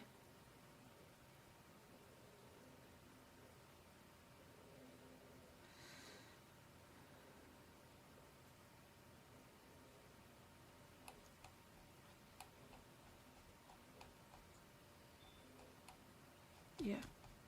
Okay. New patient, history and physical, complaint, right inguinal hernia.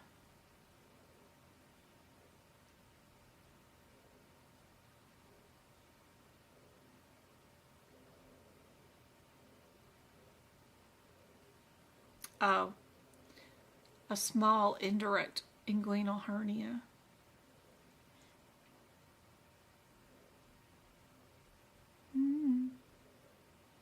Since he's got a tiny hernia and they sent him home, I don't know.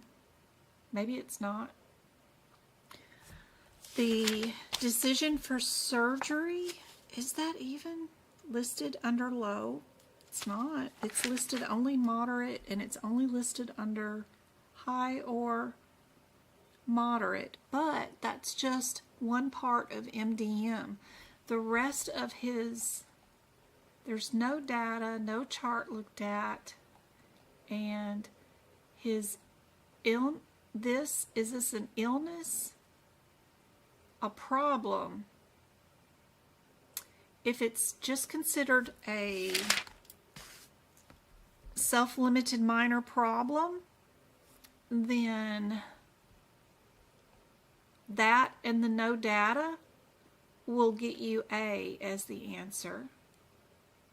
If you consider that to be a acute or uncomplicated illness or injury, then you'd be low. If you consider this a chronic issue, then you'd be C. It all depends on what you consider this. When they describe it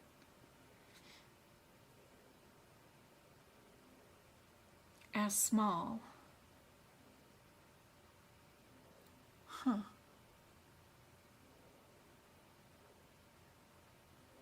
Where is the decision for surgery? Are you looking at page 9 and 10? So your risk table, your table right there has 3 different tables: problem list table, data table, risk table. Low does not have decision for surgery under risk, but if I go to risk under moderate and high, I have several decision for surgery. Decision regarding minor surgery is listed here. A major surgery without identifying patient procedure risk factors. Then there's 2 more that are for a major surgery with factors, or a major surgery that is emergency. So there's 2 decision for surgeries, but those are only risk factors. Even if our risk factor is high, at moderate and high, for this patient, you have to have 2 things match, which is their problem list and their data, or problem list and risk.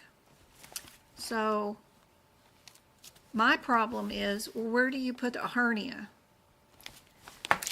Under problem list, if you consider this problem to be a self-limited minor problem, then his diagnosis is low and his data is low. You can only bill super low, straightforward, which is a 2. If you consider this chronic, let me move this out of the way, chronic, what they're calling a right chronic indirect inguinal hernia, if you're considering that diagnosis to be an acute uncomplicated illness or injury, then you have him at low for diagnosis, but then this is still limited because they did no data, and his risk is still moderate or high depending on which surgery he's doing, but you still have to have 2 that match. And if his risk is moderate, data is minimal to none, and then his diagnosis is low, the only ones that match still for that is still straightforward, which is the O2, because your data doesn't meet limited. You didn't have 2 tests ordered. So even if you consider his diagnosis to be low, he's still going to end up being minimal because his data is minimal, but his risk is moderate. If you consider this a chronic condition, which are always in moderate or high, then you would match with that surgery decision and you could bill an 04 or an 05 if you consider his issue chronic exasperated, severely exasperated. My self-limited minor problems are listed as like sunburns, insect bites, ringworm. Seems like 1 year I put a hernia down for some reason, I think. What year notes did I do that in? Did I, or did I put it under low?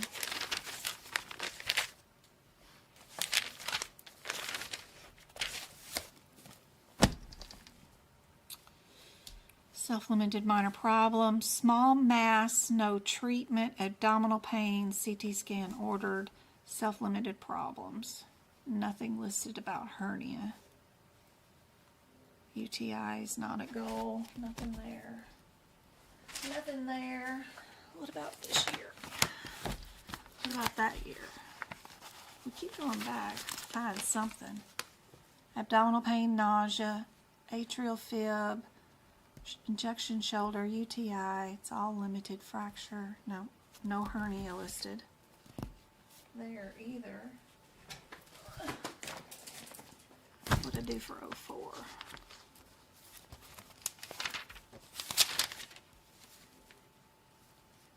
Cold insect bite, sunburn, ringworm, otitis media sprain, hypertension, diabetes, tibia, Nothing. Sprain, cataracts, cystitis, rhinitis, hypertension, blood pressure, head injury, simple sprain, rhinitis. No hernia is initiated. I don't have a hernia ever listed. I swear I thought I've seen it somewhere, but must not. Must have been precognitive that I was going to have this issue.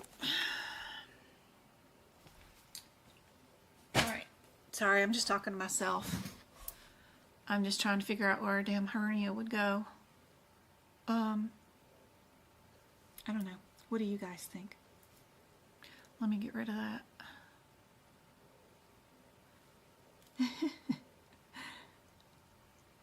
My cousin had a hernia. Where is the decision for surgery? It says right there, I cautioned on the fact that this could become an emergent situation if this becomes incarcerated. I gave him the number to schedule for his surgery. He will call and arrange the operation. Right there. Decision for surgery. It's in the note right there. Now, did the patient do it before he left the office? No.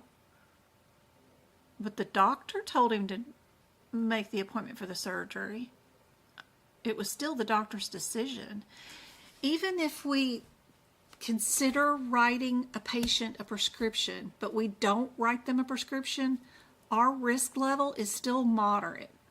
Just the fact that we considered writing him a prescription still makes our risk level moderate in our guidelines. So same thing, if our physician has made a decision for surgery, but our patient does not schedule it, our risk level is still moderate. But we have a conundrum about this particular diagnosis. Where do you put a hernia? Is that an illness? Is it an injury? Is it a problem? In our guidelines, we get very little information. If you consider something to be a problem, it tells you on page 9 that a problem is a disease, condition, illness, injury, symptoms, signs, finding, complaint, or other matter addressed in the encounter, with or without diagnosis being established at the time of the encounter. And then, if it's a minimal problem, it may not require the presence of a physician. That's like our insect or sunburn.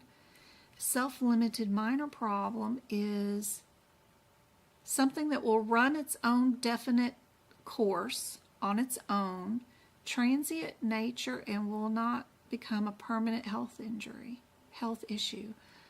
Well, this kid might become incarcerated.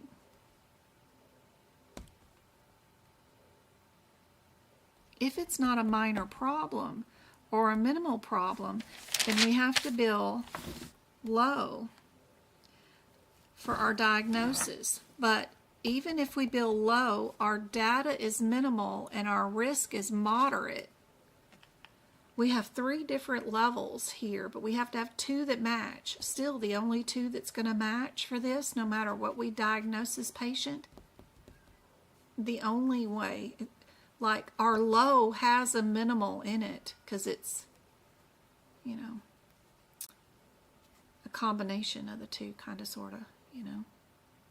Just like a moderate has a low in it and has a minimal in it. I don't know if that makes sense, but I fear we're having to bill for an O2. Even though we have a decision for surgery and it makes you want to bill an O4. But I think it's a trick question. Because we're almost at the end of all of these questions. We've done almost 50 of them. And these get fancy hard because they're more difficult questions. They're at the end of what AAPC considers is hard. So I'm just talking out loud. What do you guys think is the answer? I think it's A.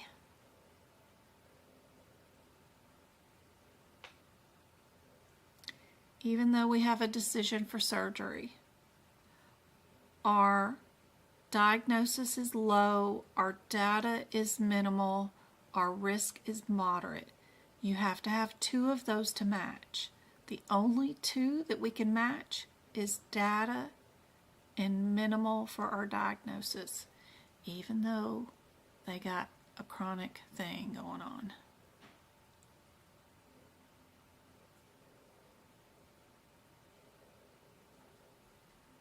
Anybody else think that it might be A?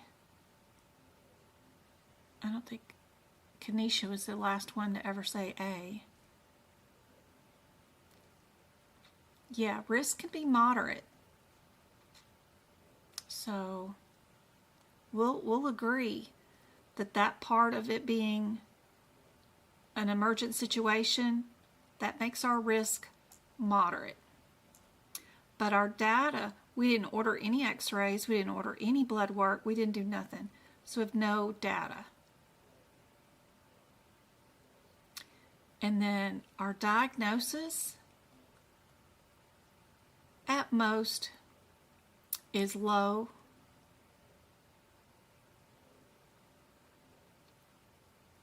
But none of these match. In our little hierarchy thing, we have straightforward. This is the same thing as straightforward. And our risk goes straightforward, low, moderate, and then high, right? So our data would be straightforward, low, moderate, high. And then our diagnosis would be straightforward, low, moderate, high. We need two of these to match. Our risk is moderate, our data is straightforward, our diagnosis is low. Those don't match, but we do have a straightforward in our diagnosis that's also in our data. Just because we pick one that's higher and we met the requirement for that doesn't mean that we don't and might have to go down one level to bill lower because we don't have anything else to match with it. You have to meet or exceed a level to bill it in E&M, right? So just because you exceed the level doesn't mean you can bill a lower level. Parts of this we did exceed in two areas, but we need two areas to match, so we get to bill a lower code for this, which is going to be our straightforward. Yeah. Very difficult question indeed. So, did I get this right? MDM is moderate. Let's see.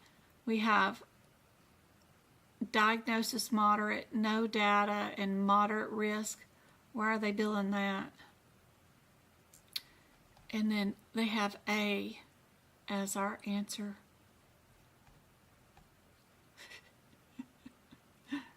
And they're saying moderate right there.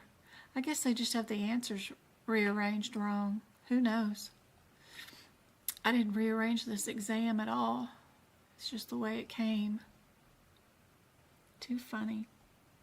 All right, what about this one? I haven't adjusted this one either.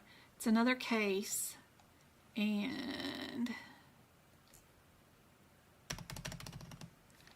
we have an established patient, a subsequent patient, hospital visit, a patient consultation, and a hospital observation visit. Where is our patient? They were admitted to the hospital 2 days ago. What are we billing for today?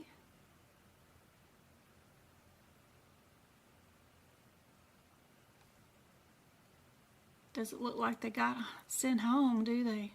So we're a subsequent hospital visit?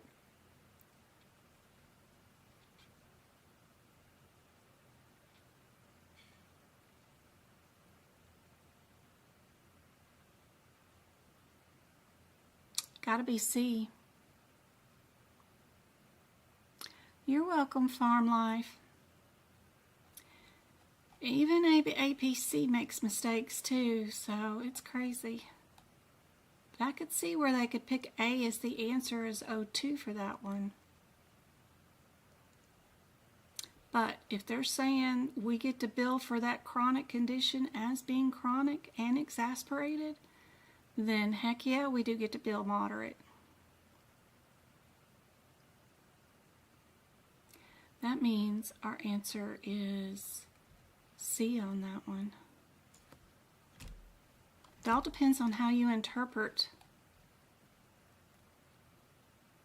a right inguinal hernia.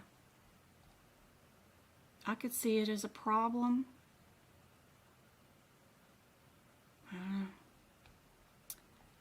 All right, this one has to be just subsequent hospital visit. Has to be C. They're not discharged. They've already been admitted. Admitted 2 days ago. They did not send them home today. They increased their IV stuff.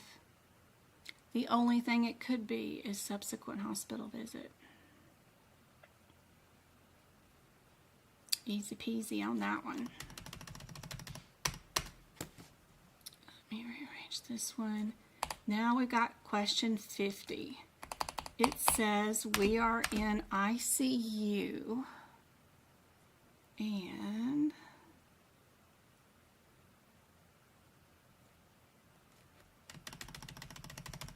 here's our available answers. Are we billing a subsequent hospital visit or are we billing critical care?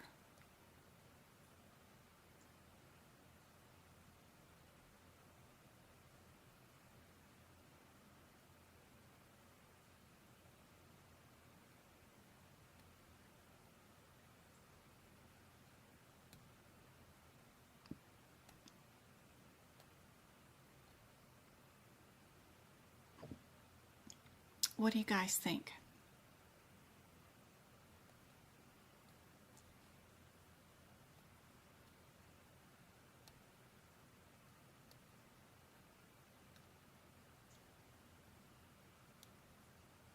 You're welcome. You're welcome.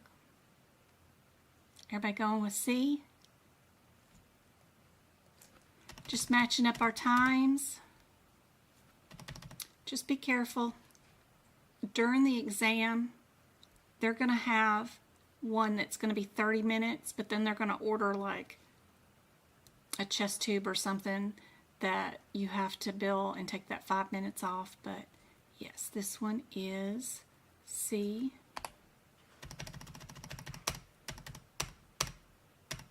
Oh, mouse. Let me get this one rearranged. Are we, what kind of diagnosis is COPD? Are we low, moderate, or low? For the complexity of problems that are addressed, COPD that they've had for 1 year, no concerns, they're stable, and renewed meds.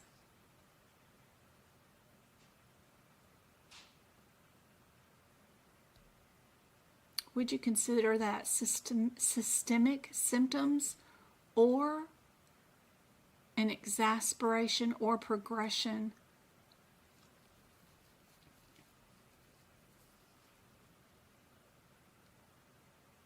Or would you consider it, yeah, the one stable chronic illness?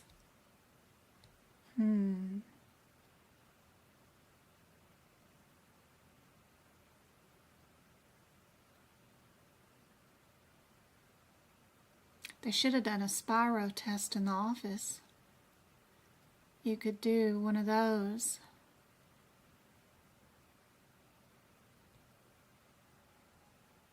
See what their lung capacity is. D is correct on this one. Good job.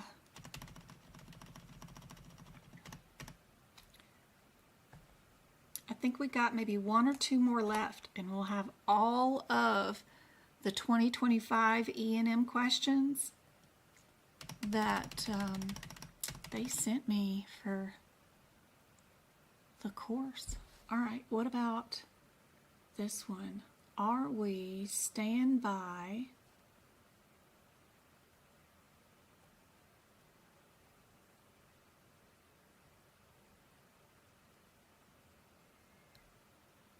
What do we do when?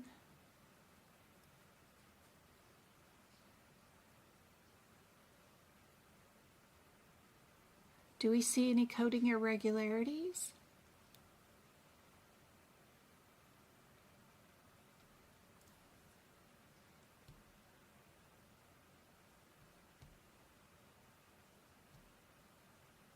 I do. You cannot code 64 with 65, so we can get rid of D, because I know that one won't go together. Be sure to check out your parentheticals.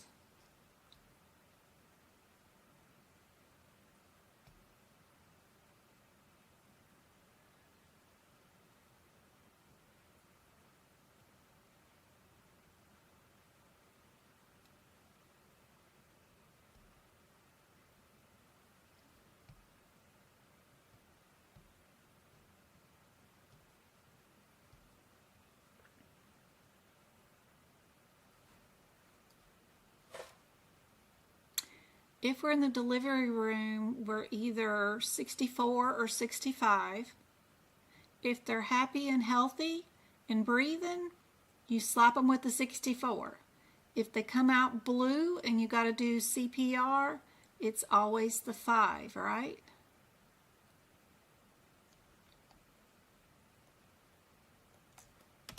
C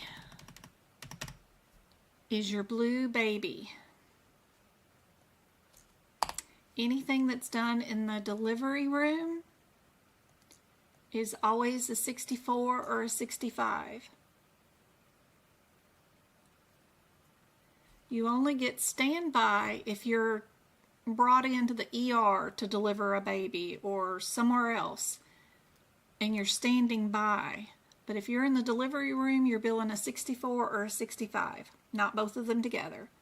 And then it's just a difference on whether they come out happy and healthy or if they're blue. All right.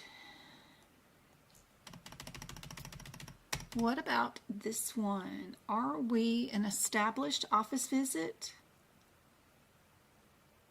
A 344, a 495, or a 305?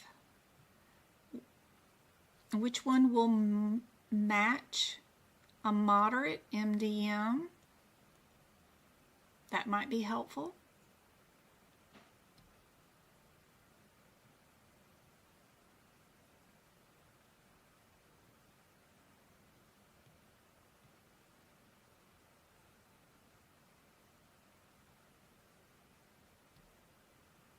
Patient had a heart attack.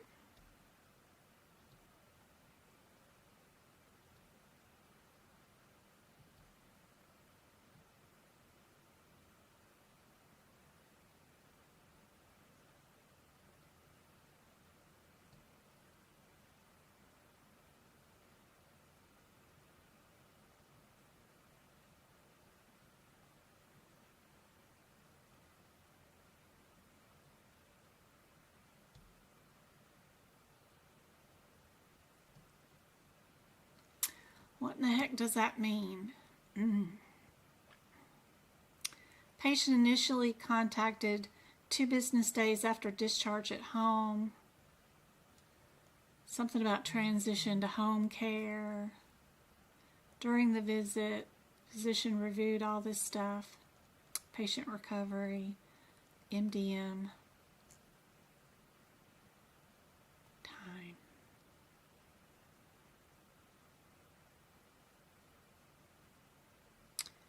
Our answer is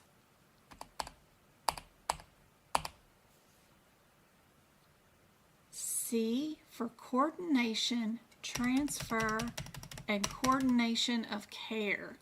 We are a 99495 for transition to home care. Anytime you see that word, you're back there in that 99495 area.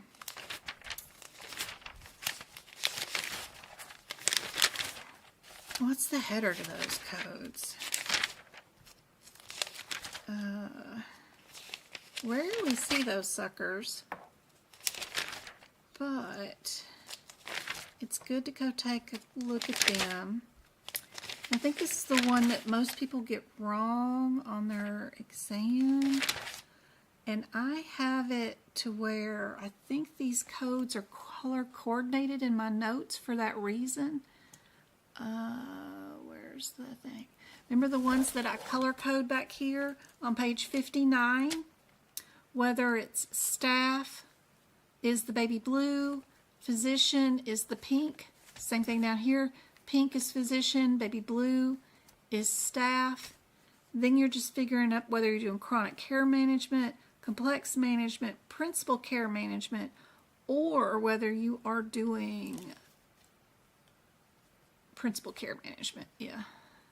So, interesting. Maybe. Be sure to have those highlighted. And then transition care services. Face-to-face, we've got on page 63 and 64.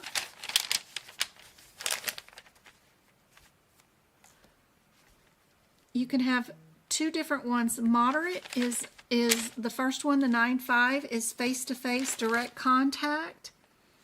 And 96 is high level too. Yep.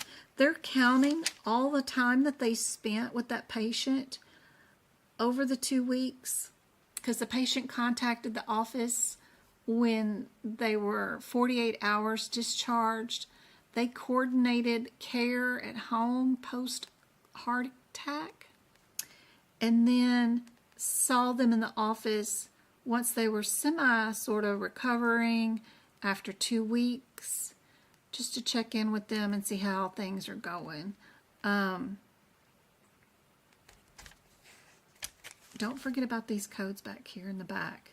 We do use them. You don't have to do a regular office visit when you are accounting for telephone calls and communication and other things that you set up when the patient was discharged and they were calling into the office and your staff was coordinating some care for them.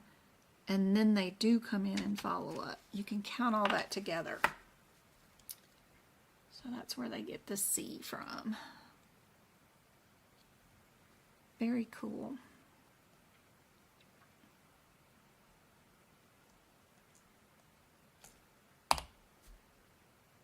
Looks like there's another one down here. See what this one's dealing with. What range of codes would we use for this issue?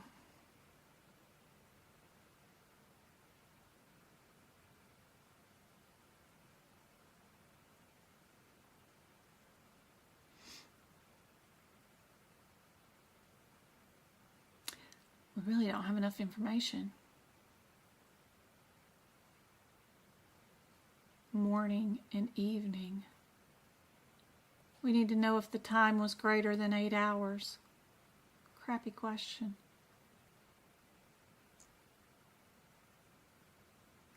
If it's more than 8 hours, it's this one. If it's less than 8 hours, it's this one.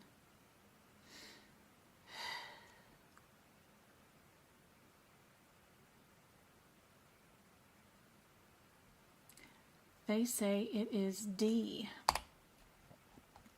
They want, must have been over 8 hours.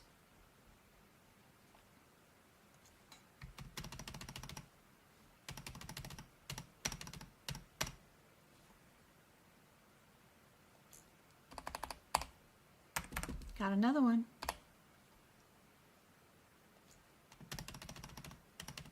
I'm coming, Lester. 29 minutes. Establish patient office visit. Where would that one be? I know it didn't say. You know, the only thing I could think of is if morning time, 8 a.m., right? Evening? Evening is not like afternoon time, right? So evening would have been, what, after 5 or 6 p.m., right? Because afternoon would have been 2, 3 o'clock. So they're really pushing the boundaries of knowing when morning time ends and when evening time starts. They're being deliberately evasive there. Yeah. All right, 29 minutes. What do you guys think about that one?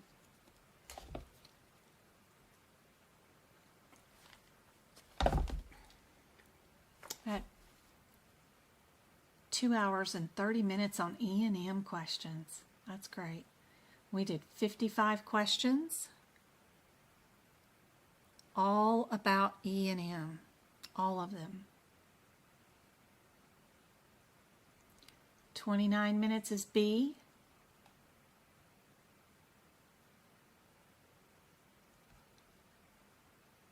$13.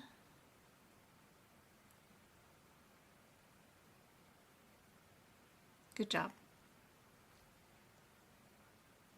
Reference your ICD-10 code book. Since when do you need to reference your ICD-10 book?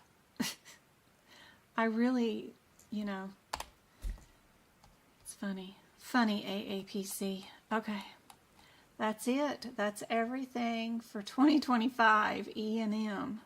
All in one video, guys. I hope it helps. Hope it makes a difference. And just write the examples in your books like I do. You know, anytime they call hypertension at goal, that is a stable chronic condition, great. And then they say later on in the next question that a person with hypertension who's not yet at goal means that they are a chronic illness with exasperation and progression. That helpful information to be in your exam, you know, manuals during your exam is super helpful. No matter how minor it seems, that's significant and will help you guys out when you're doing your exam questions during the certification. You could have up to 16 questions that are all about E&M. You're going to have 6 questions, and then the 10 cases at the end could all be E&M questions. Just luck of the draw. So it's important to have as many examples as you can in your books. But I hope this live is super helpful. I'll be back on Monday and we'll do 2 more hours of practice exam questions. We've done integumentary and musculoskeletal this week, so we'll probably do cardiovascular, just a whole list of just all cardiovascular questions. That'll be the next in our series, so might as well keep going with it. So I hope this is super helpful. You guys have a whole weekend. And be sure and relax. Put your feet up. Don't forget to hydrate. I love you guys. If you need anything, I'm just an email away. And I'll see you guys on Monday. Love you. Have a good weekend.